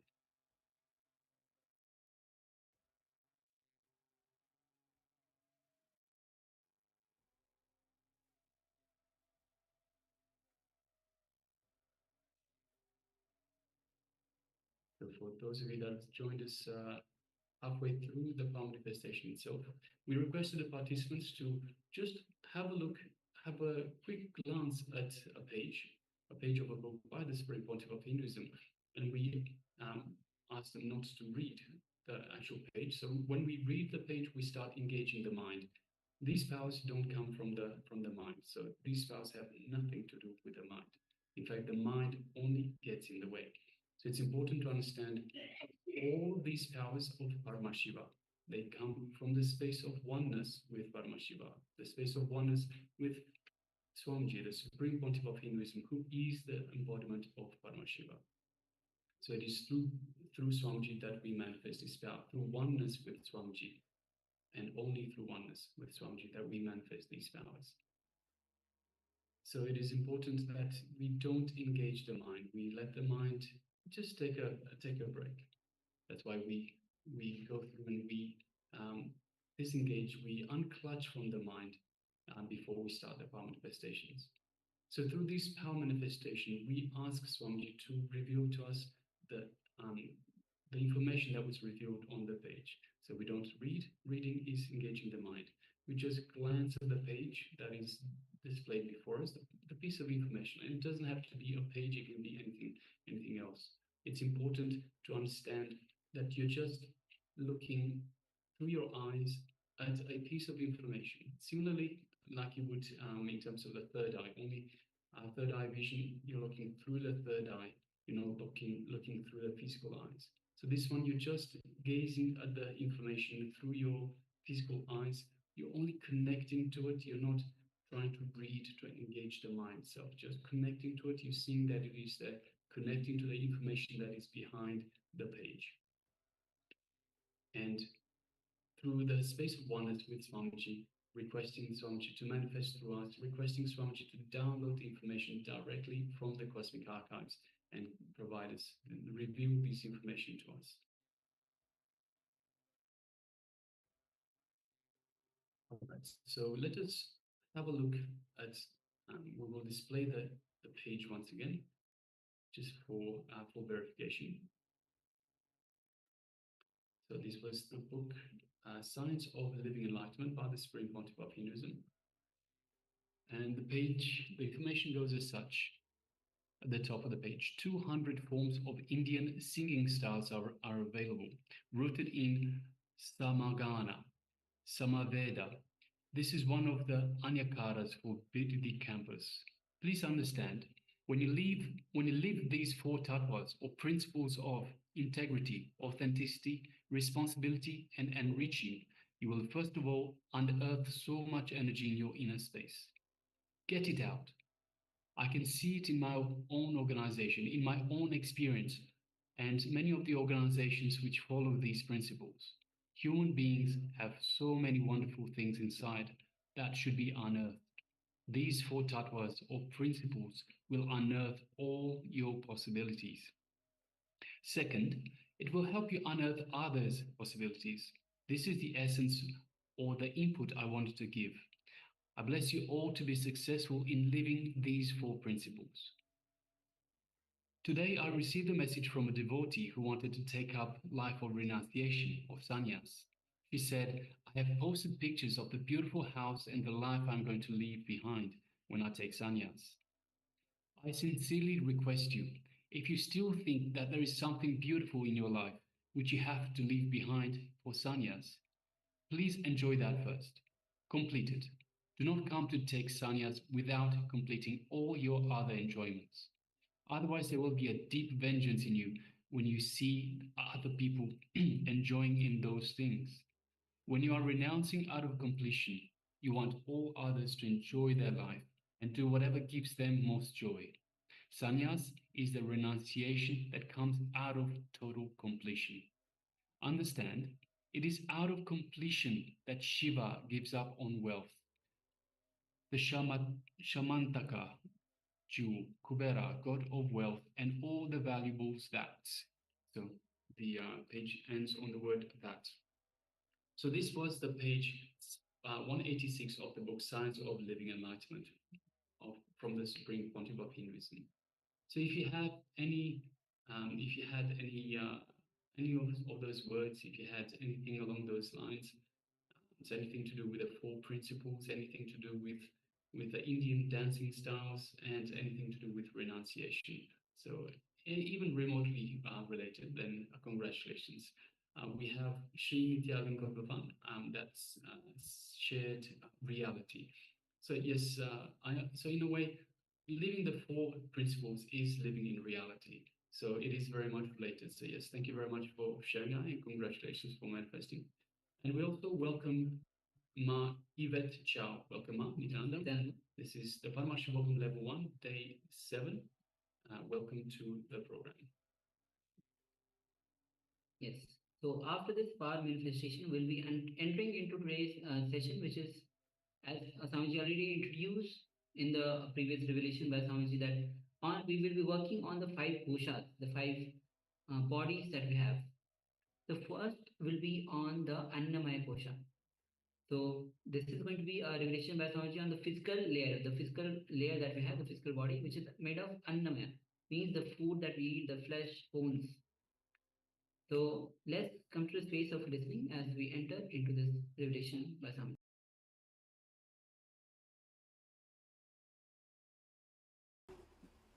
Somebody is asking, please explain the meaning of the word koshas. Kosha means layer. See, you, as you are, carrying 5 layers. The NSP usually I divide it into 7 layers for technical reason. Same 100%, 100 by 7 is NSP, 100 by 5 is DSP. Understand? But originally our Vedic masters, they divide you as a 5 layer. All these 5 put together is you. One, as I was describing, physical body. Second, the prana pattern, the air flowing pattern inside you. That's a second layer. The thinking pattern is a third layer. The emotion pattern is a fourth layer. The consciousness, which has no pattern, the pure consciousness, that is, I can say the smell of the consciousness is Anandamaya Kosha. Smell of the consciousness is the 5th layer. So all these 5 layers put together is you. Is you. Please understand, experiencing these 5 layers consciously and experiencing a deep silence in these 5 layers is what we are going to do in these 2 days. So kosha means layer. Even though I am seeking, thoughts are still coming out. To stop these thoughts, intensify the seeking, that's all. Shilpa, maybe you need to intensify the seeking. Then you'll see, you enter the space where there is no thoughts. You can enter into samadhi just by seeking, nothing else. You don't need any other technique. Seeking by itself, an independent, intelligent technique, can lead you to ultimate samadhi.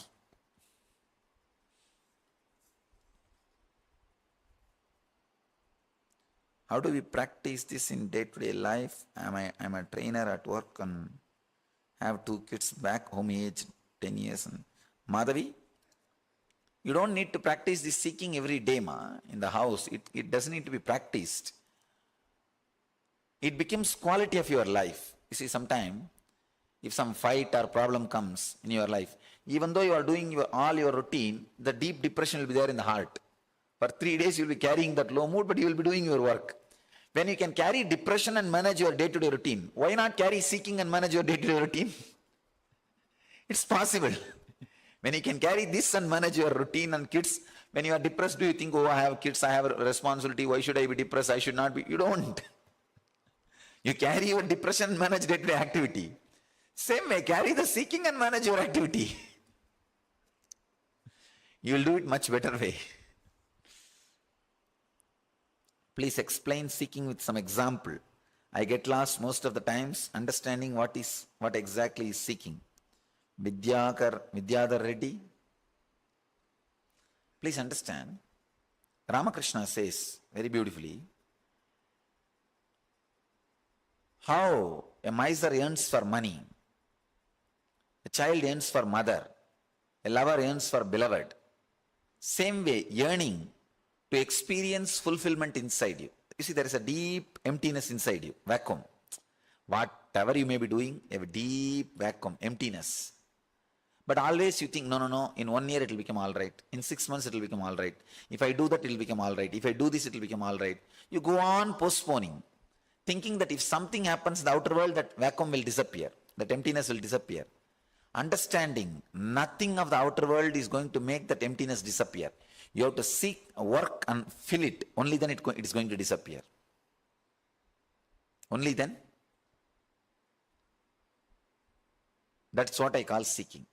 Understanding that emptiness will disappear only when you seek, find out and fulfill.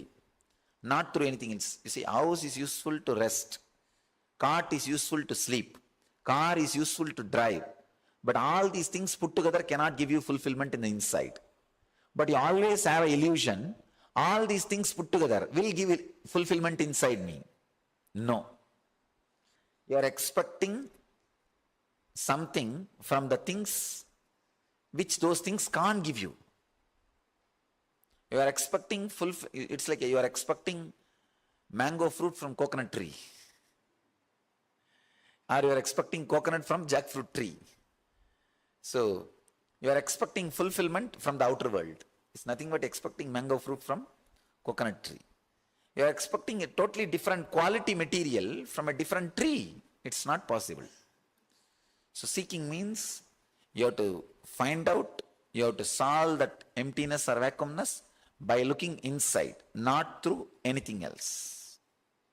Not through the unconscious restlessness. How can we be more receptive? Vidarka. Again, just Ramesh, I have another one question. I'll answer this question, you will understand this. Donna, wonderful. Her letter, she says she's doing the Life Bliss Engineering, this 3 months workshop. Last night I asked you for perfect vision at Darshan, Swamiji. In less than an hour, I found myself reading my notebook. I then realized my glasses were on top of my head. My vision gets better every moment. From this point onwards, I see the world through the grace of love. Grace and love of the Master. Deep gratitude. Love you.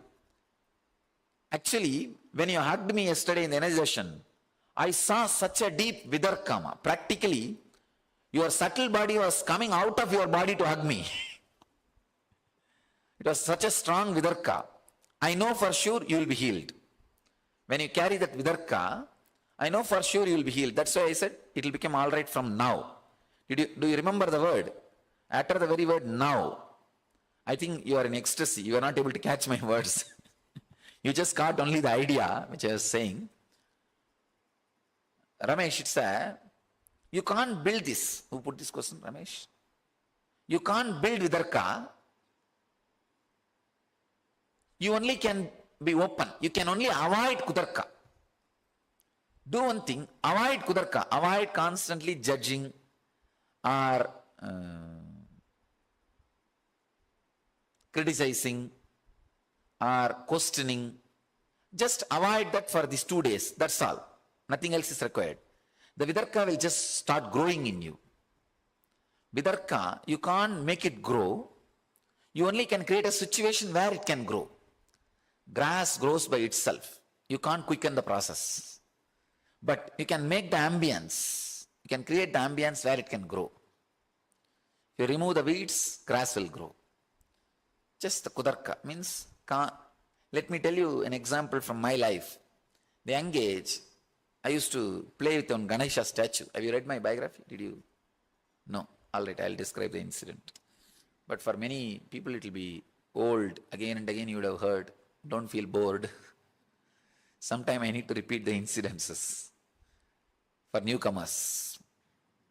I used to play with a small Ganesha statue. Every day morning, whatever I do, I'll do to that Ganesha also. I used to think that he's really there, alive, small boy. So if I brush, I'll put the same tooth powder and that stick and brush his teeth also. Noon time, if I eat, I'll bring the same food and sit in front of him and try to tell him, I eat.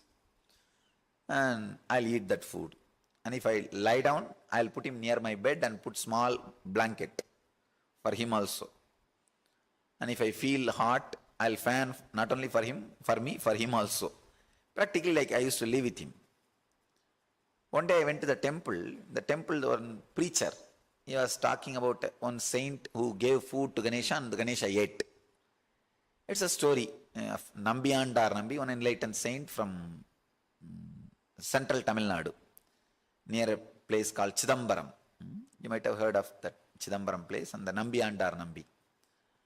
The story says that Nambiyandar Nambi, his father was a priest in a temple. Every day the father will go and do puja. One day the father fell sick and he told the son to go and do the puja. Son did puja and kept the nevedyam, offering, and told Ganesha to eat, and Ganesha did not eat, and this guy was feeling, oh, I did some mistake, that's why you are not eating. He started crying. Even then Ganesha did not eat. Then he started hitting his head on the stone step, said that if you don't eat, my father will fire me. If you don't eat, I am not going to go back, I will die here itself. Then Ganesha appeared and ate the food. That's the story. When I heard the story, something clicked in me. In Kathopanishad, there is a word, Shraddha Vivecha, means possessed by trust. Something happened in me. I was possessed by trust. I felt, when Nambiyandar Nambi can feed Ganesha, why not me? My Ganesha is not eating. So this is logic. When he can feed, why not me? Is logic. Is darka. When I came back, I decided I should make my Ganesha eat. But unfortunately, my grandmother always used to threaten the kids, if they don't eat, she will threaten them she will drop them into the well, the house well. My house is a joint family, lot of kids. And the grandmother's responsibility is feeding all the kids. If some kids don't eat, in the house, the villages, they will have a well, common well. She will take the child and show, hey, I'll throw you in the well if you don't eat. So this is what I have seen. So I thought I should also try the same technique on Ganesha. I took my Ganesha and said, hey, eat. Otherwise I'll throw you in the well.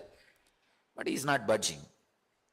Then I thought I'll threaten him more strongly. I put him in the small bucket through which you take the water from the well. If you are from a village, you can understand the scene I am describing. Because nowadays in cities, no bucket or anything. It's all bore wells. Open well. You are from village? Then you can understand the scene, what I am describing. If you are from Indian village, each house will have a big well. Center of the house or the backyard of the house, and they will have a bucket and a rope through which they will fetch the water from the well. So I put that Ganesha into that bucket and dropped that bucket into the water, and almost near the water level, I'll shout from above, "Hey, eat the food, otherwise I'll drop you in the well." I thought he may not be able to hear my sound.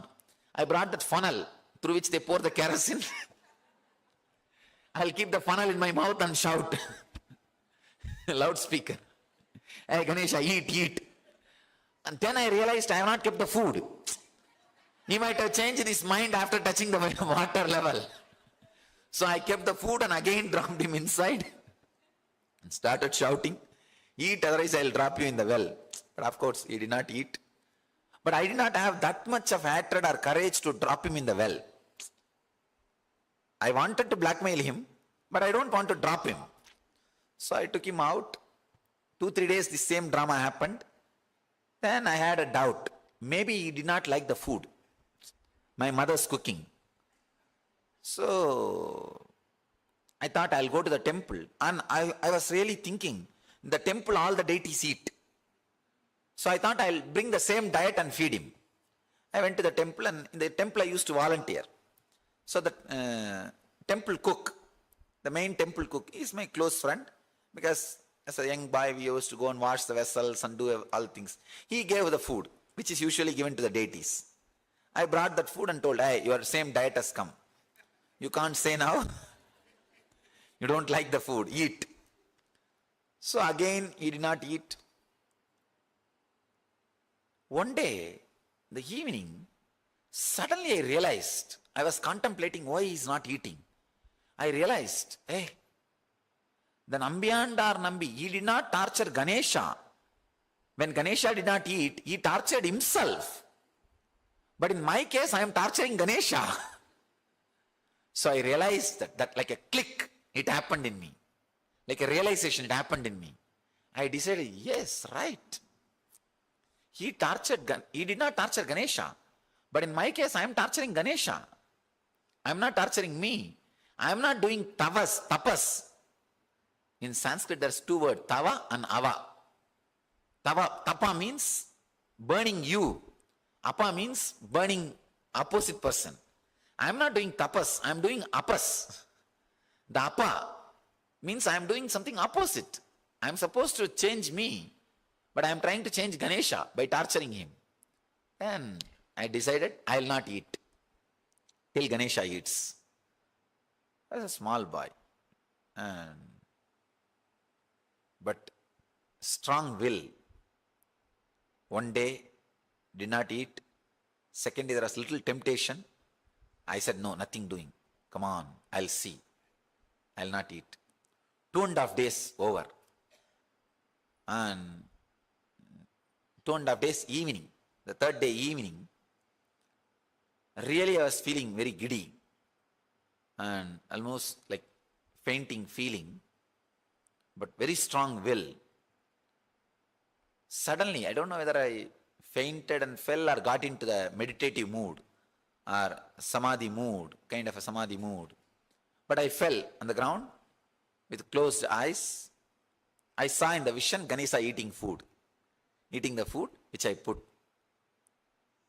When I opened my eyes, the body and mind was feeling so ecstatic and fresh, alive. It's like as if you met a person with whom you are experiencing a strong love, the feeling connection, the romance. You see, if you have a simple distraction, even if you meet that person, you will have only irritation. You will feel you are bound by that person. But if you have a strong feeling connection, the very darshan, seeing that person will create so much of joy. I had that such a deep ecstatic mood, that pure romance, that experience. When I opened the eyes, Not only inside me was fresh and alive, I saw the food disappeared. It was not there. I don't know how you will understand. But I tell you, I am telling you the honest truth, the straight truth. People may question, who knows whether Ganesha ate or some rat would have come and ate when you are in Samadhi, who knows? I do not know whether Ganesha ate or is a rat ate. I don't know about that. One thing is sure, if Ganesha would have eaten the food, what prasad he will give for me? The joy and bliss and the faith, the strong trust, the deep bliss. He has given me that. Because of that, I know only Ganesha ate the food. Understand this scene. When I thought, when Nambiyanda or Nambi can feed, why not me? That is Darka. When I started torturing Ganesha, it's Kudarka. It's not the right thing to be done. Kudarka. But when I started doing tapas, when I started working on me, it's Vidarka. So if I make a statement, life is bliss, don't have Kudarka. No, it's a lie. Swamiji is telling a lie. It's not the truth. Have Vidarka. No. What he says must be right. I should work on me to experience it. So working on you is Vidarka. You can't create Vidarka, but you can create the ambience for Vidarka. Stop mothering Kudarka and start working on you. You will experience Vidarka. So if you torture Ganesha, if you try to put him in the well, it is Kudarka. Same thing. Many times people try to put my image into the well. Actually, you can't put me in the well. Even I can't put Ganesha into the well. I can put only Ganesha's image into the well. What I think as Ganesha, I can put it in the well. I can't put Ganesha into the well. Many times people try to put what they think of me into the well. But they don't understand. They can't put me in the well. Many times, these guys try to abuse me. If they can't connect, they try to abuse me. And I say, all right, forget about it. They miss it. They miss it. And I don't have a problem. It's like a Kudarka. The image which they have about me, they try to put that into the well. Actually, when I had the Kudarka, I was only suffering more. I was only suffering more. Ganesha never suffered. He was quite happy. Simply he was enjoying the whole drama. What is going on? Silly fellow. Trying to put me into the well. Or put my image into the well. Not even me. Put my image into the well. But when I turned into the Vidarka, even though I was not eating, I was not suffering. Understand? With Kudarka, even though you are trying to torture the other person, you will be suffering. Jaidev, sit straight. With Vidarka, even if you are trying to torture yourself, you will not be suffering. So don't mother Kudarka. Don't mother the negative judging attitude. And try to create a space where you don't entertain Kudarka. That's all. Simply the Vidarka will grow.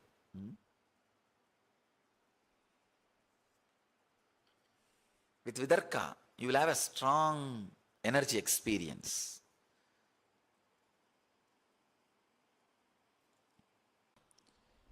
Is deep silence same as death? Murti, no. Murti Aduri? Vibrant silence, not dead silence. See, absence of words is a dead silence, negative silence. I don't feel intense seeking, or I don't have the feeling of the intense seeking. Please help. Just feel that you don't have. That itself is enough. Feel you don't have seeking. That feeling is enough, will create seeking in you.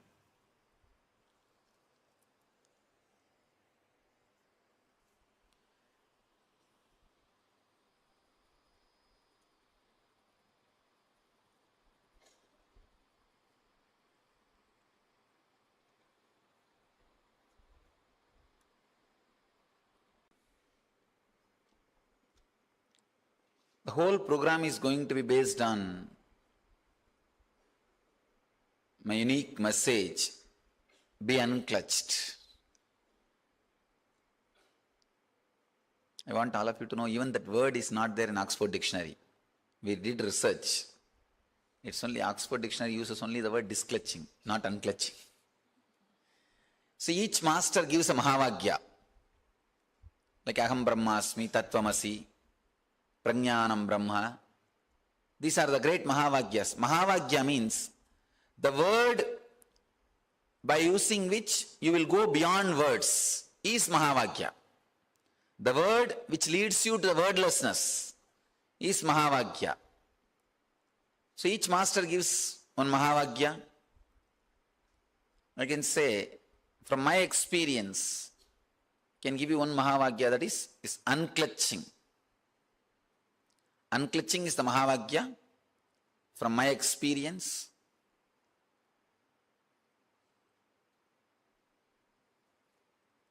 I'll explain the science in a very simple way, not in a complicated, a very simple way.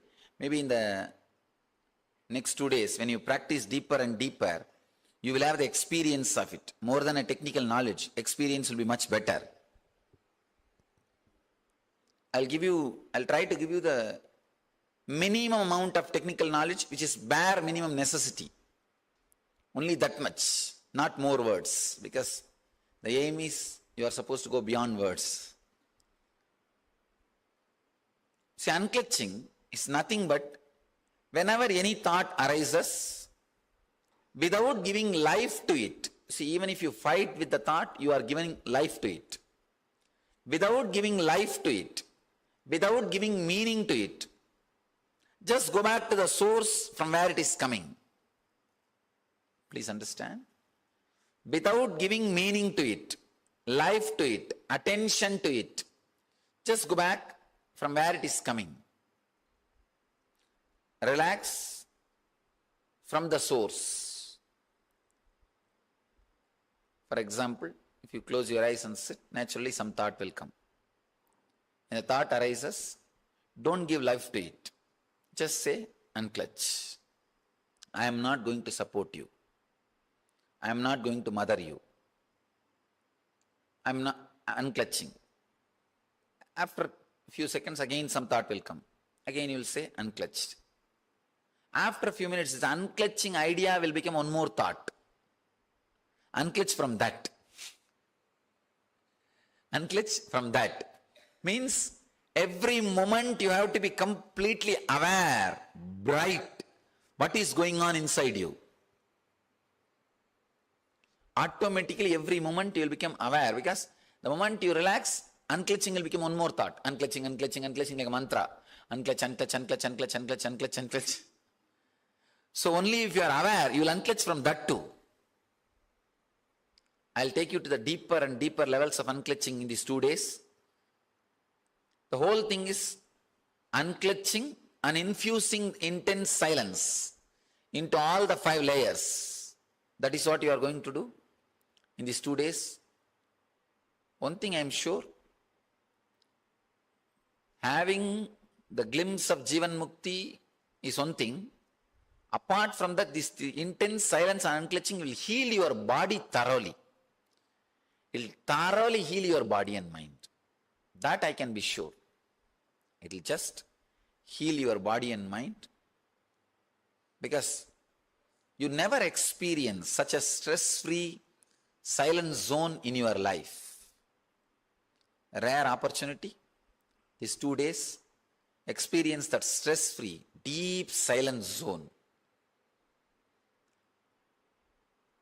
Please understand the science. I am describing once more about this unclutching. Whenever any thought arises, without giving meaning to it, power to it, without going behind that word or the thought, just remember unclutch. Just remember the idea of unclutching. After a few times you will see, you don't even need to use the word unclutch. Just the idea unclutch is enough. You will be able to unclutch. Now first we will work on the physical body, Annamaya Kosha. 3 steps. First, we will boil, means get all the engrams you store, the stress and difficulties you store in your muscles, get them out. Then unclutch from the body. Then enter into the deep silence. 3 steps.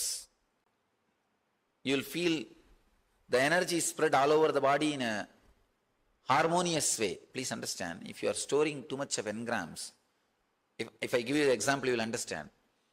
Morning, if you are afraid of your office and decisions and manager, boss and everything, if you go and sit in the office 9 o'clock, by 9:30 you would have taken only 2-3 decisions, you will have shoulder pain. Means that fear engram, stress engram you store in the shoulder.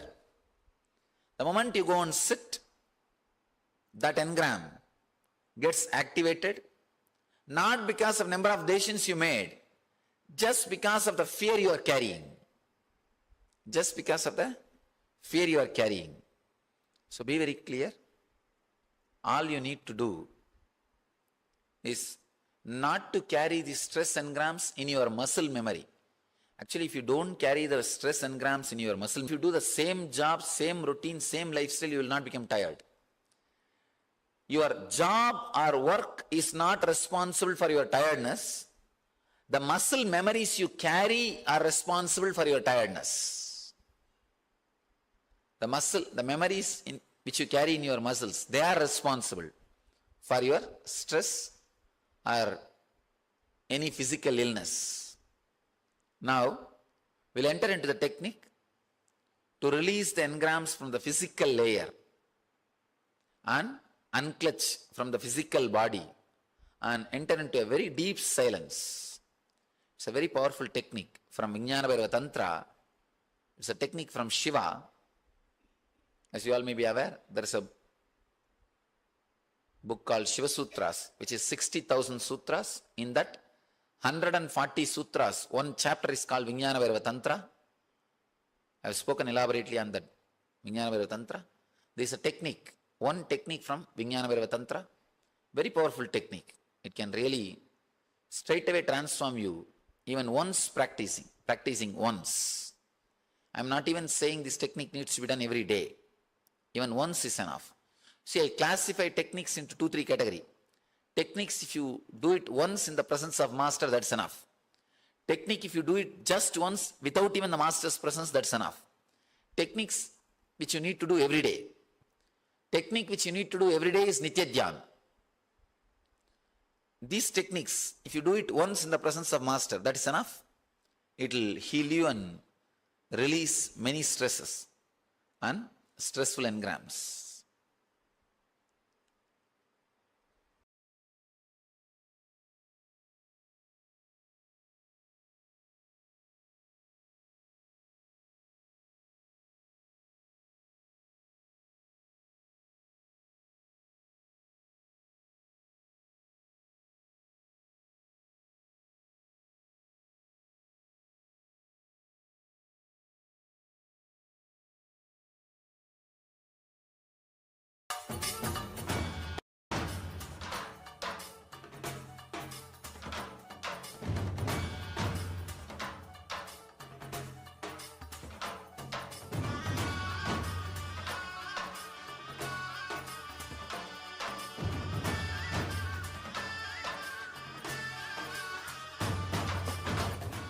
Today is the best day. Sadashiva appears for Brahma and Vishnu early morning in the form of light shaft. Means the consciousness which is beyond time and space enters into time and space. Sadashiva declares, let me become many to celebrate myself. So morning, we celebrate he becoming many. You can see every deity, every god, we go and light the lamp. So each, the Sadashiva himself becomes many. So whole campus we went round. It was such high energy. So again the many becomes one. Not only spiritually, even socially, this celebration forms a very important part of my life, because this is the only celebration I enjoyed from my birth, at least in this body. Yes.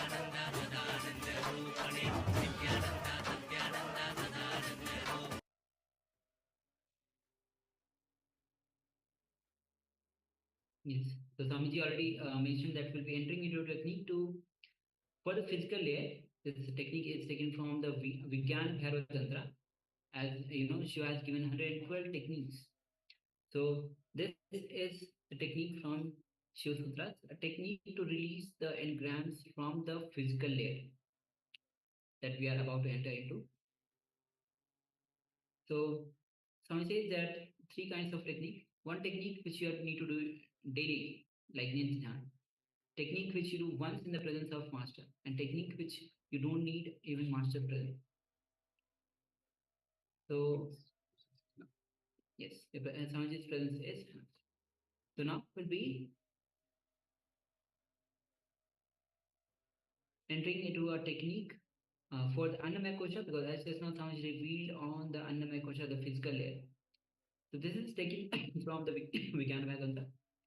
So please come to the space of listening.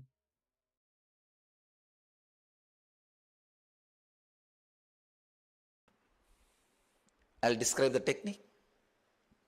It's 30 minutes. First 10 minutes, intense chaotic breathing by standing. Stand, bend your knees and breathe.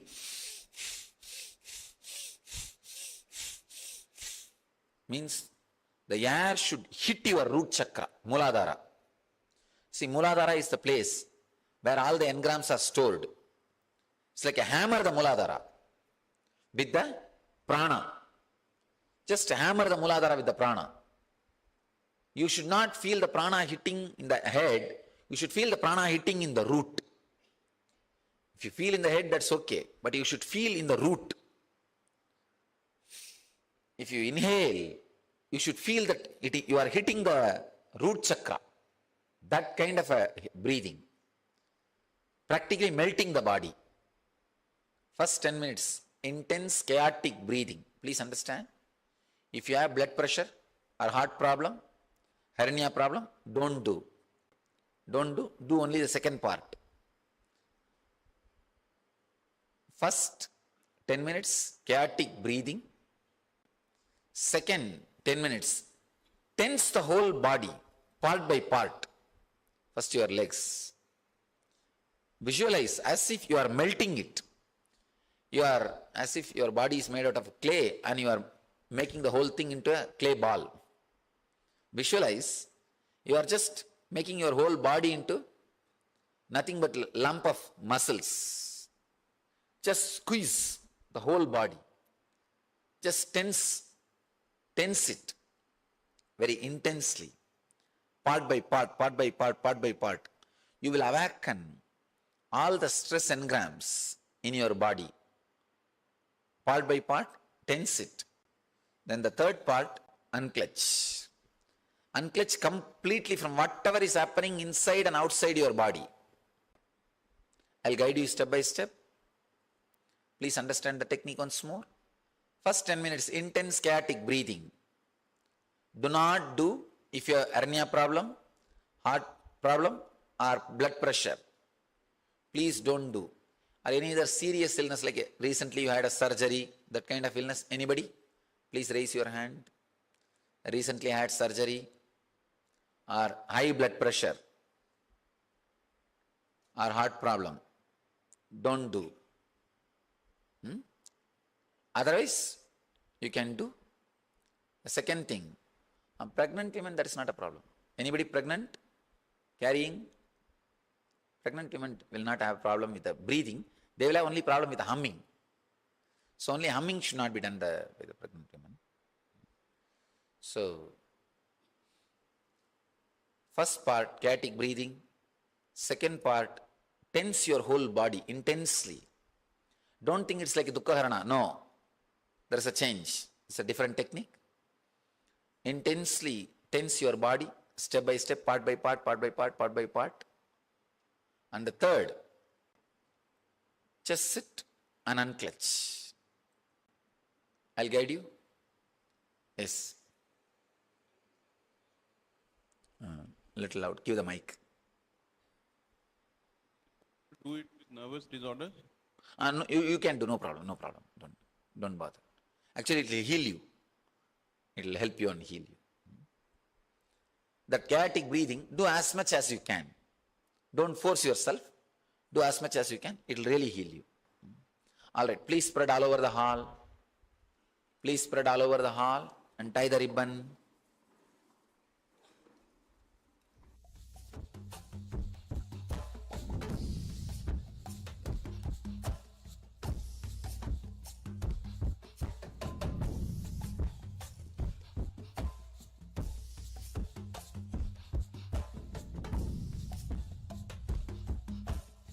Intense chaotic breathing by standing. Stand, bend your knees and breathe.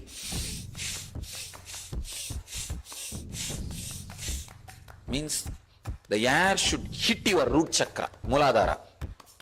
See, Muladhara is the place where all the engrams are stored. It's like a hammer, the Muladhara, with the prana. Just hammer the Muladhara with the prana. You should not feel the prana hitting in the head. You should feel the prana hitting in the root. If you feel in the head, that's okay. But you should feel in the root. If you inhale, you should feel that you are hitting the root chakra. That kind of a breathing. Practically melting the body. First 10 minutes, intense chaotic breathing. Please understand. If you have blood pressure or heart problem, hernia problem, don't do.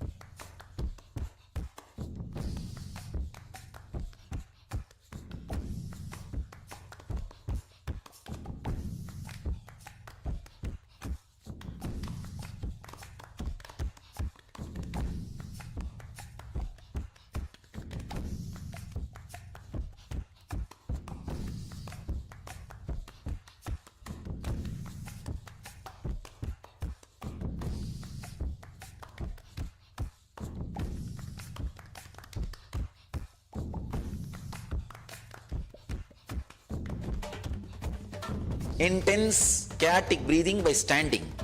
Stand, bend your knees and breathe.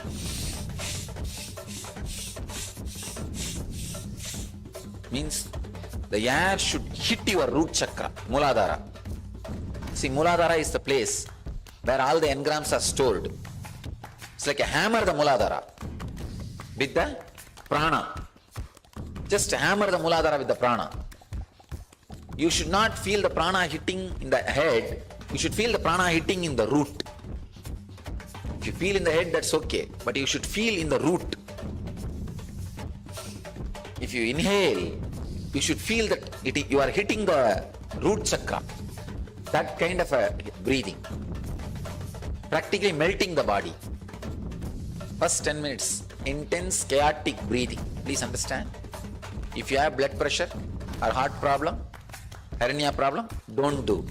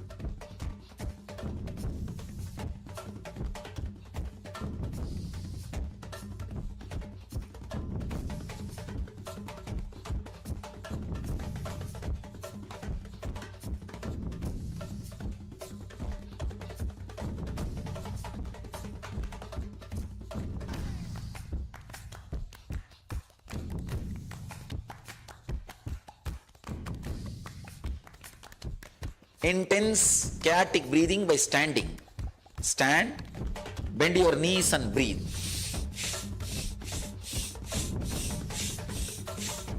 Means the air should hit your root chakra, Muladhara. See, Muladhara is the place where all the engrams are stored. It's like a hammer, the Muladhara, with the prana. Just hammer the Muladhara with the prana. You should not feel the prana hitting in the head. You should feel the prana hitting in the root. If you feel in the head, that's okay. But you should feel in the root. If you inhale, you should feel that you are hitting the root chakra. That kind of a breathing. Practically melting the body. First 10 minutes, intense chaotic breathing. Please understand. If you have blood pressure or heart problem, hernia problem, don't do.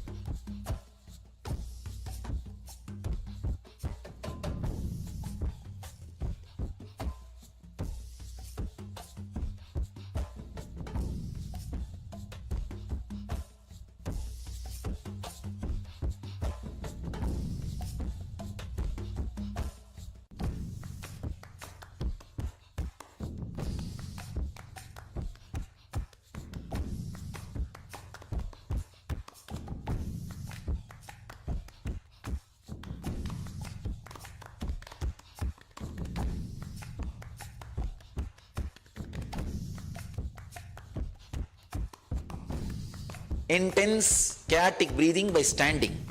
Stand, bend your knees and breathe.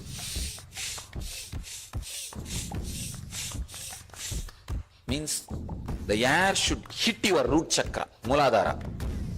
See, Muladhara is the place where all the engrams are stored. It's like a hammer, the Muladhara, with the prana. Just hammer the Muladhara with the prana. You should not feel the prana hitting in the head. You should feel the prana hitting in the root. If you feel in the head, that's okay. But you should feel in the root.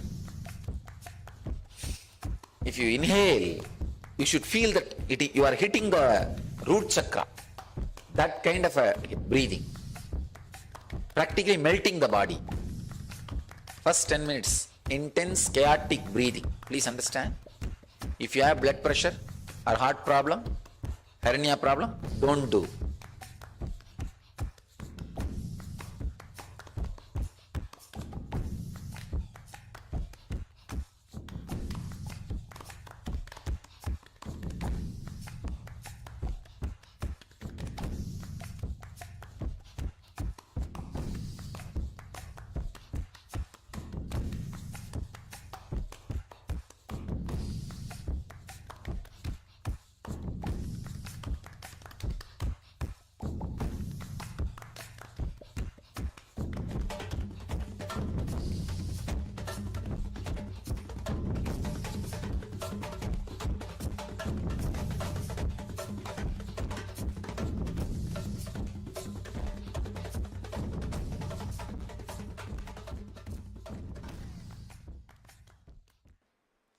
second 10 minutes, tense the whole body, part by part. First your legs. Visualize as if you are melting it. You are as if your body is made out of clay and you are making the whole thing into a clay ball. Visualize you are just making your whole body into nothing but lump of muscles. Just squeeze the whole body. Just tense it very intensely. Part by part, part by part, part by part. You will awaken all the stress engrams in your body. Part by part, tense it.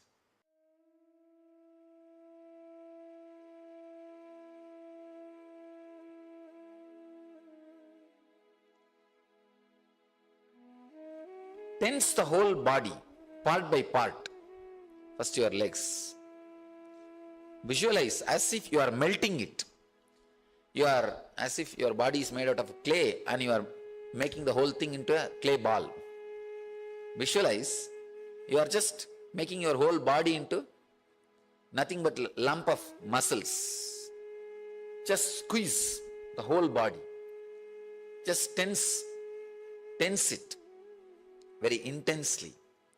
Part by part, part by part, part by part. You will awaken all the stress engrams in your body. Part by part, tense it.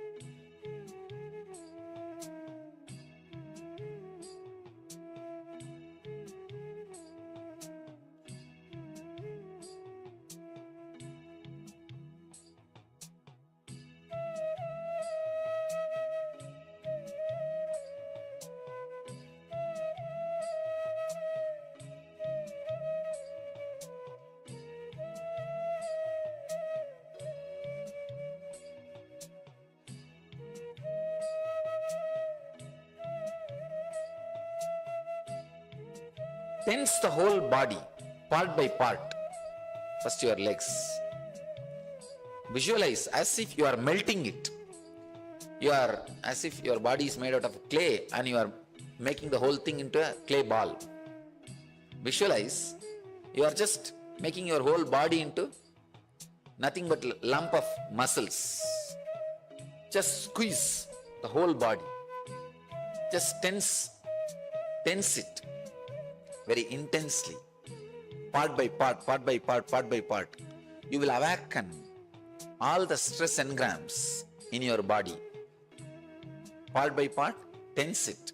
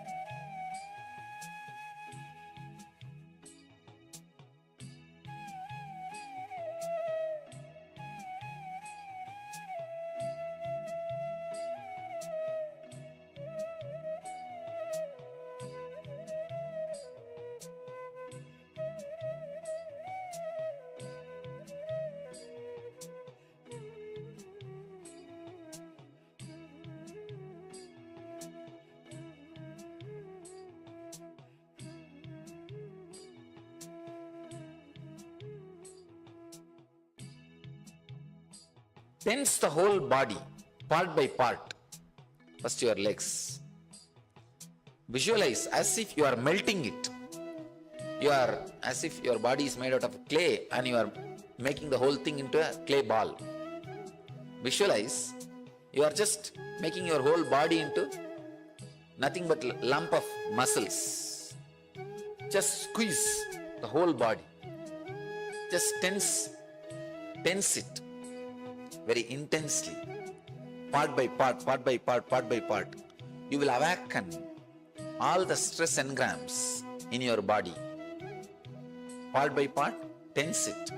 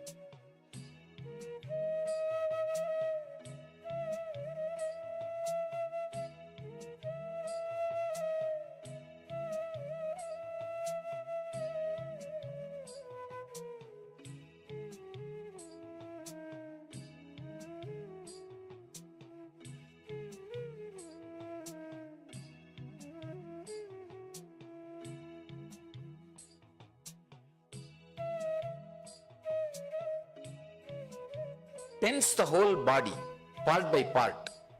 First your legs. Visualize as if you are melting it.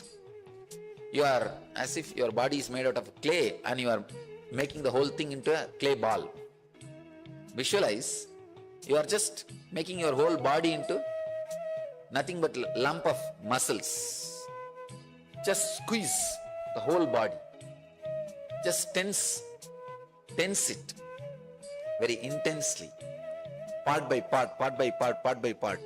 You will awaken all the stress engrams in your body. Part by part, tense it.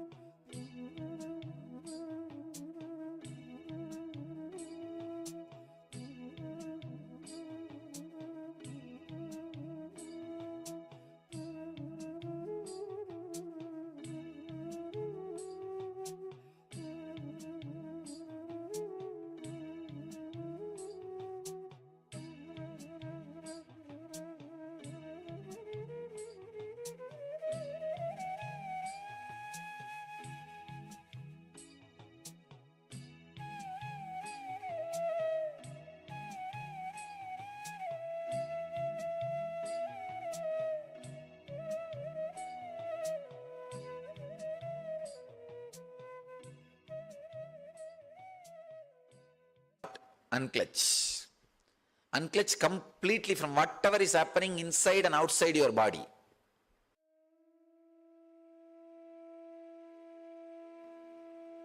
Just sit and unclutch.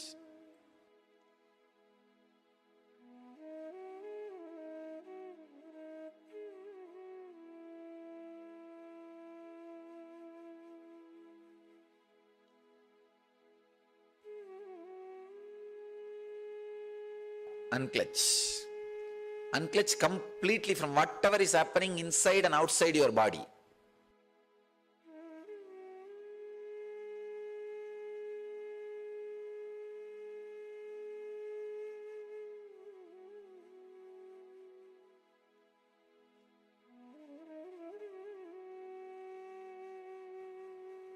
Just sit and unclutch.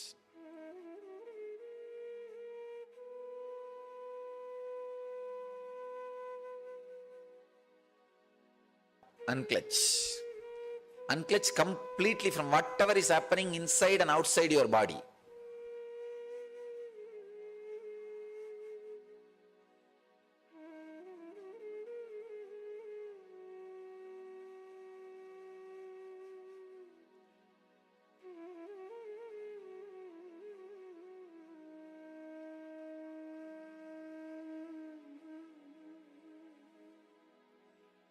Unclutch. Unclutch completely from whatever is happening inside and outside your body.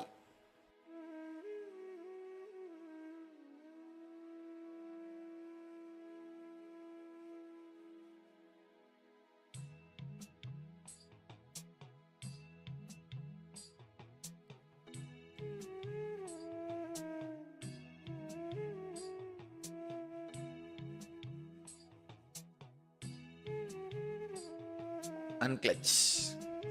Unclutch completely from whatever is happening inside and outside your body.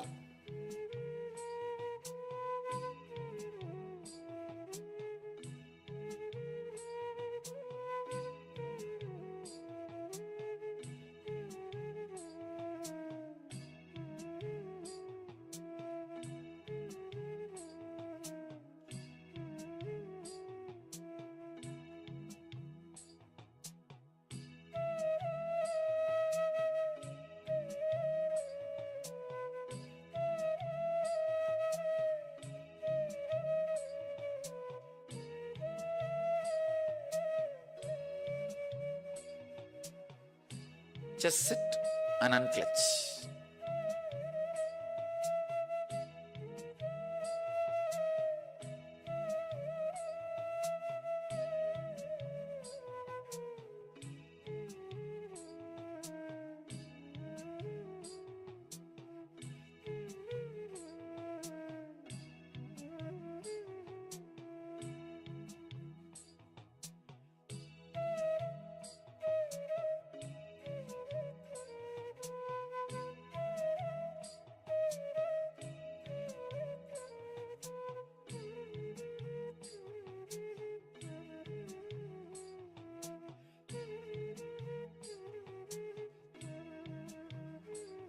Just sit and unclutch.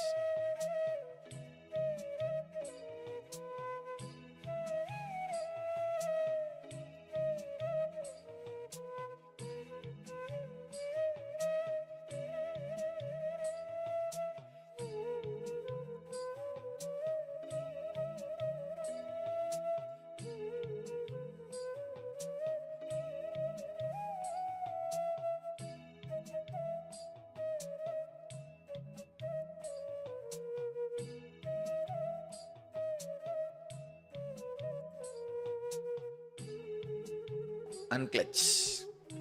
Unclutch completely from whatever is happening inside and outside your body.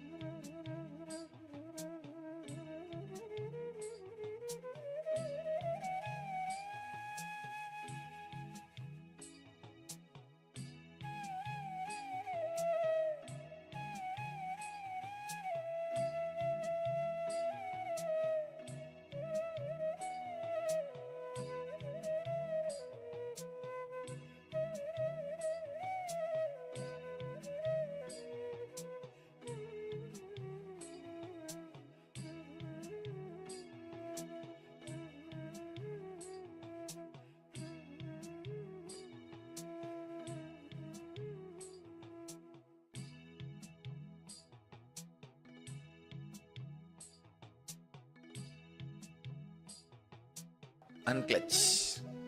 Unclench completely from whatever is happening inside and outside your body.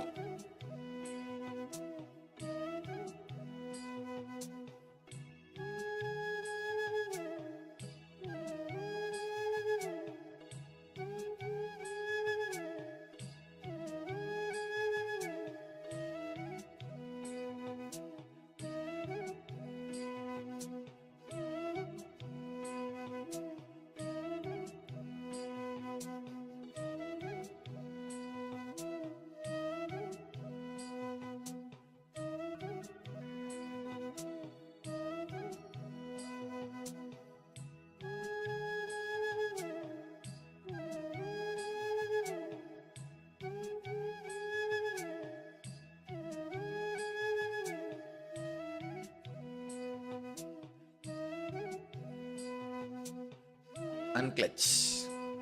Unclench completely from whatever is happening inside and outside your body.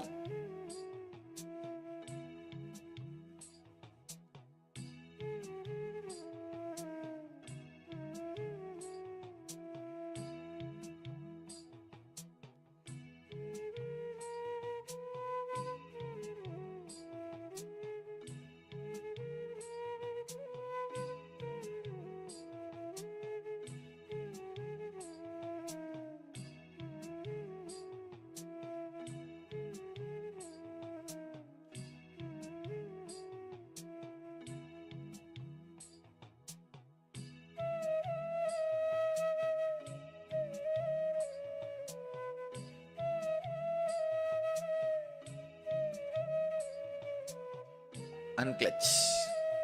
Unclench completely from whatever is happening inside and outside your body.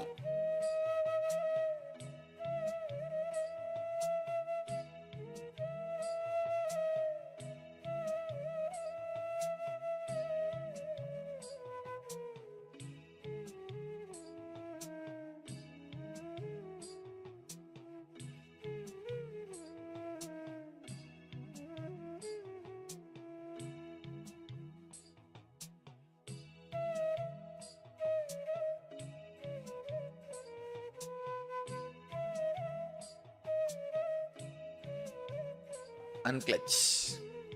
Unclench completely from whatever is happening inside and outside your body.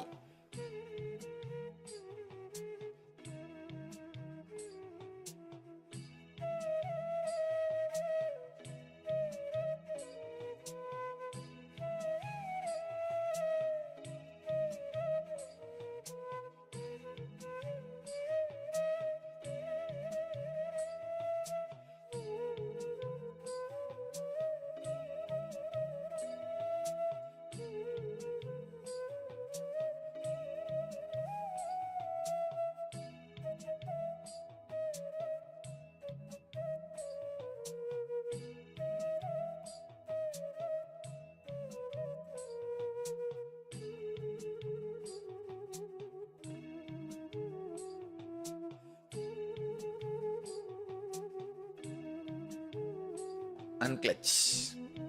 Unclench completely from whatever is happening inside and outside your body.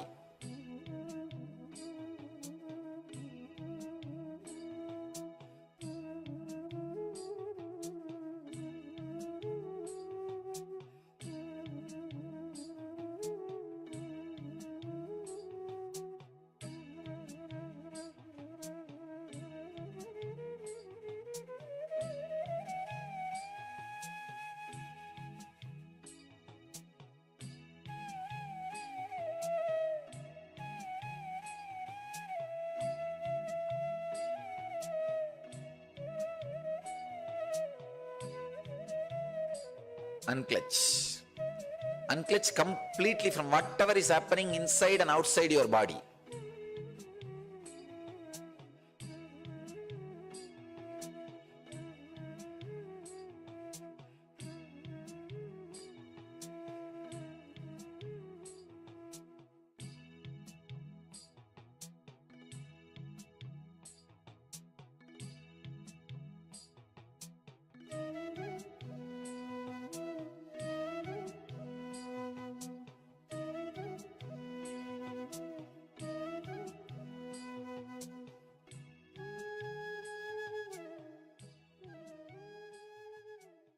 See, any thought will come out only as a light movements in this area.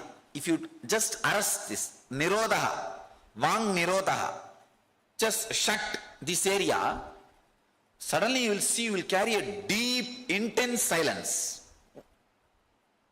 Feel no movements in this area, inside, just shut.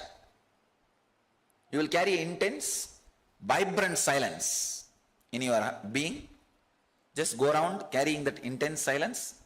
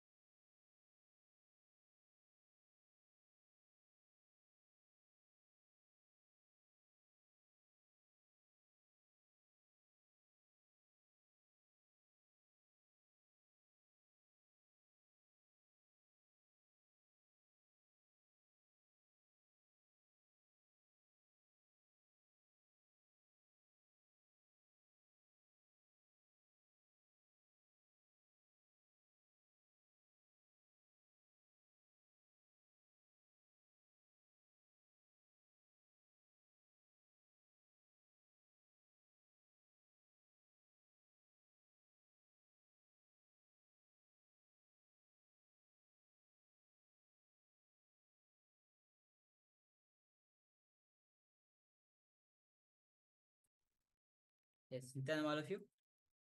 And welcome to today's day of Paramashivoham. Of course, we just finished the technique for Annamaya Kosha. We will be going through the 5 koshas as initially we mentioned. So now we'll be entering into the second round of the power manifestation, which is quantum memory. Yes, so let us once again get ready for the quantum memory power manifestation. So once again, remember, it is not about using your memory, it is about downloading information directly from the cosmic archives. So as such, when you do look at the page that we'll be displaying just for a very short time, make sure that you don't try to read. Do not try to read, otherwise you're engaging the brain and the power manifestation is not happening. So we want to just gaze at the page, but gaze through the page to connect to the page. So we want to connect to the page, connect to the information, and then ask Swami to download the information for us. So let us get ready. Let's sit comfortably with the head, neck, and spine in a straight line.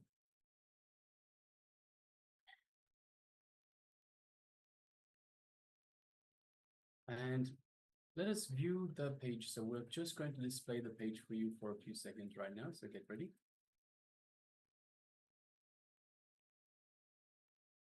Yes, so that was the book. It's from the book, The Science of Living Enlightenment, page 186. So now let us sit comfortably once again with the head, neck, and spine in a straight line. And let's close our eyes. Bring our awareness to our inner space, our Ananda Ganda, and connect to Swamiji in our Ananda Ganda, our inner space. Just by remembering the Master in our inner space invokes Swamiji. Is available for us in our inner space. So the space, the Ananda Ganda that Swamiji has initiated us into.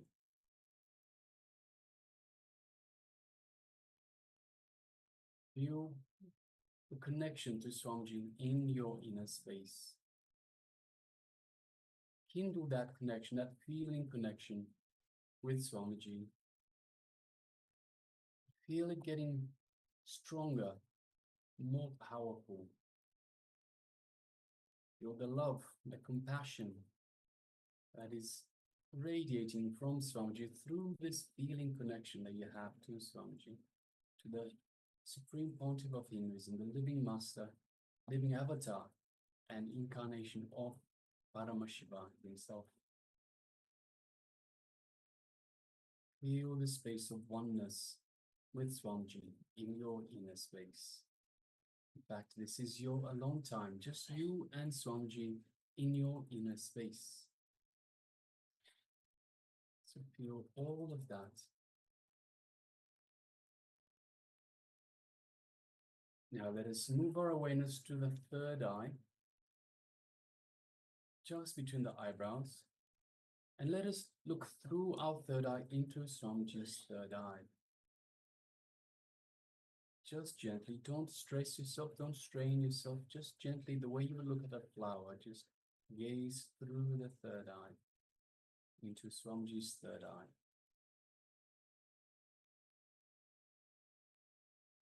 As you do so, you feel an energetic connection to Swamiji's third eye. You feel your third eye being awakened and energized by Swamiji. Just take a moment and feel all of that in your third eye.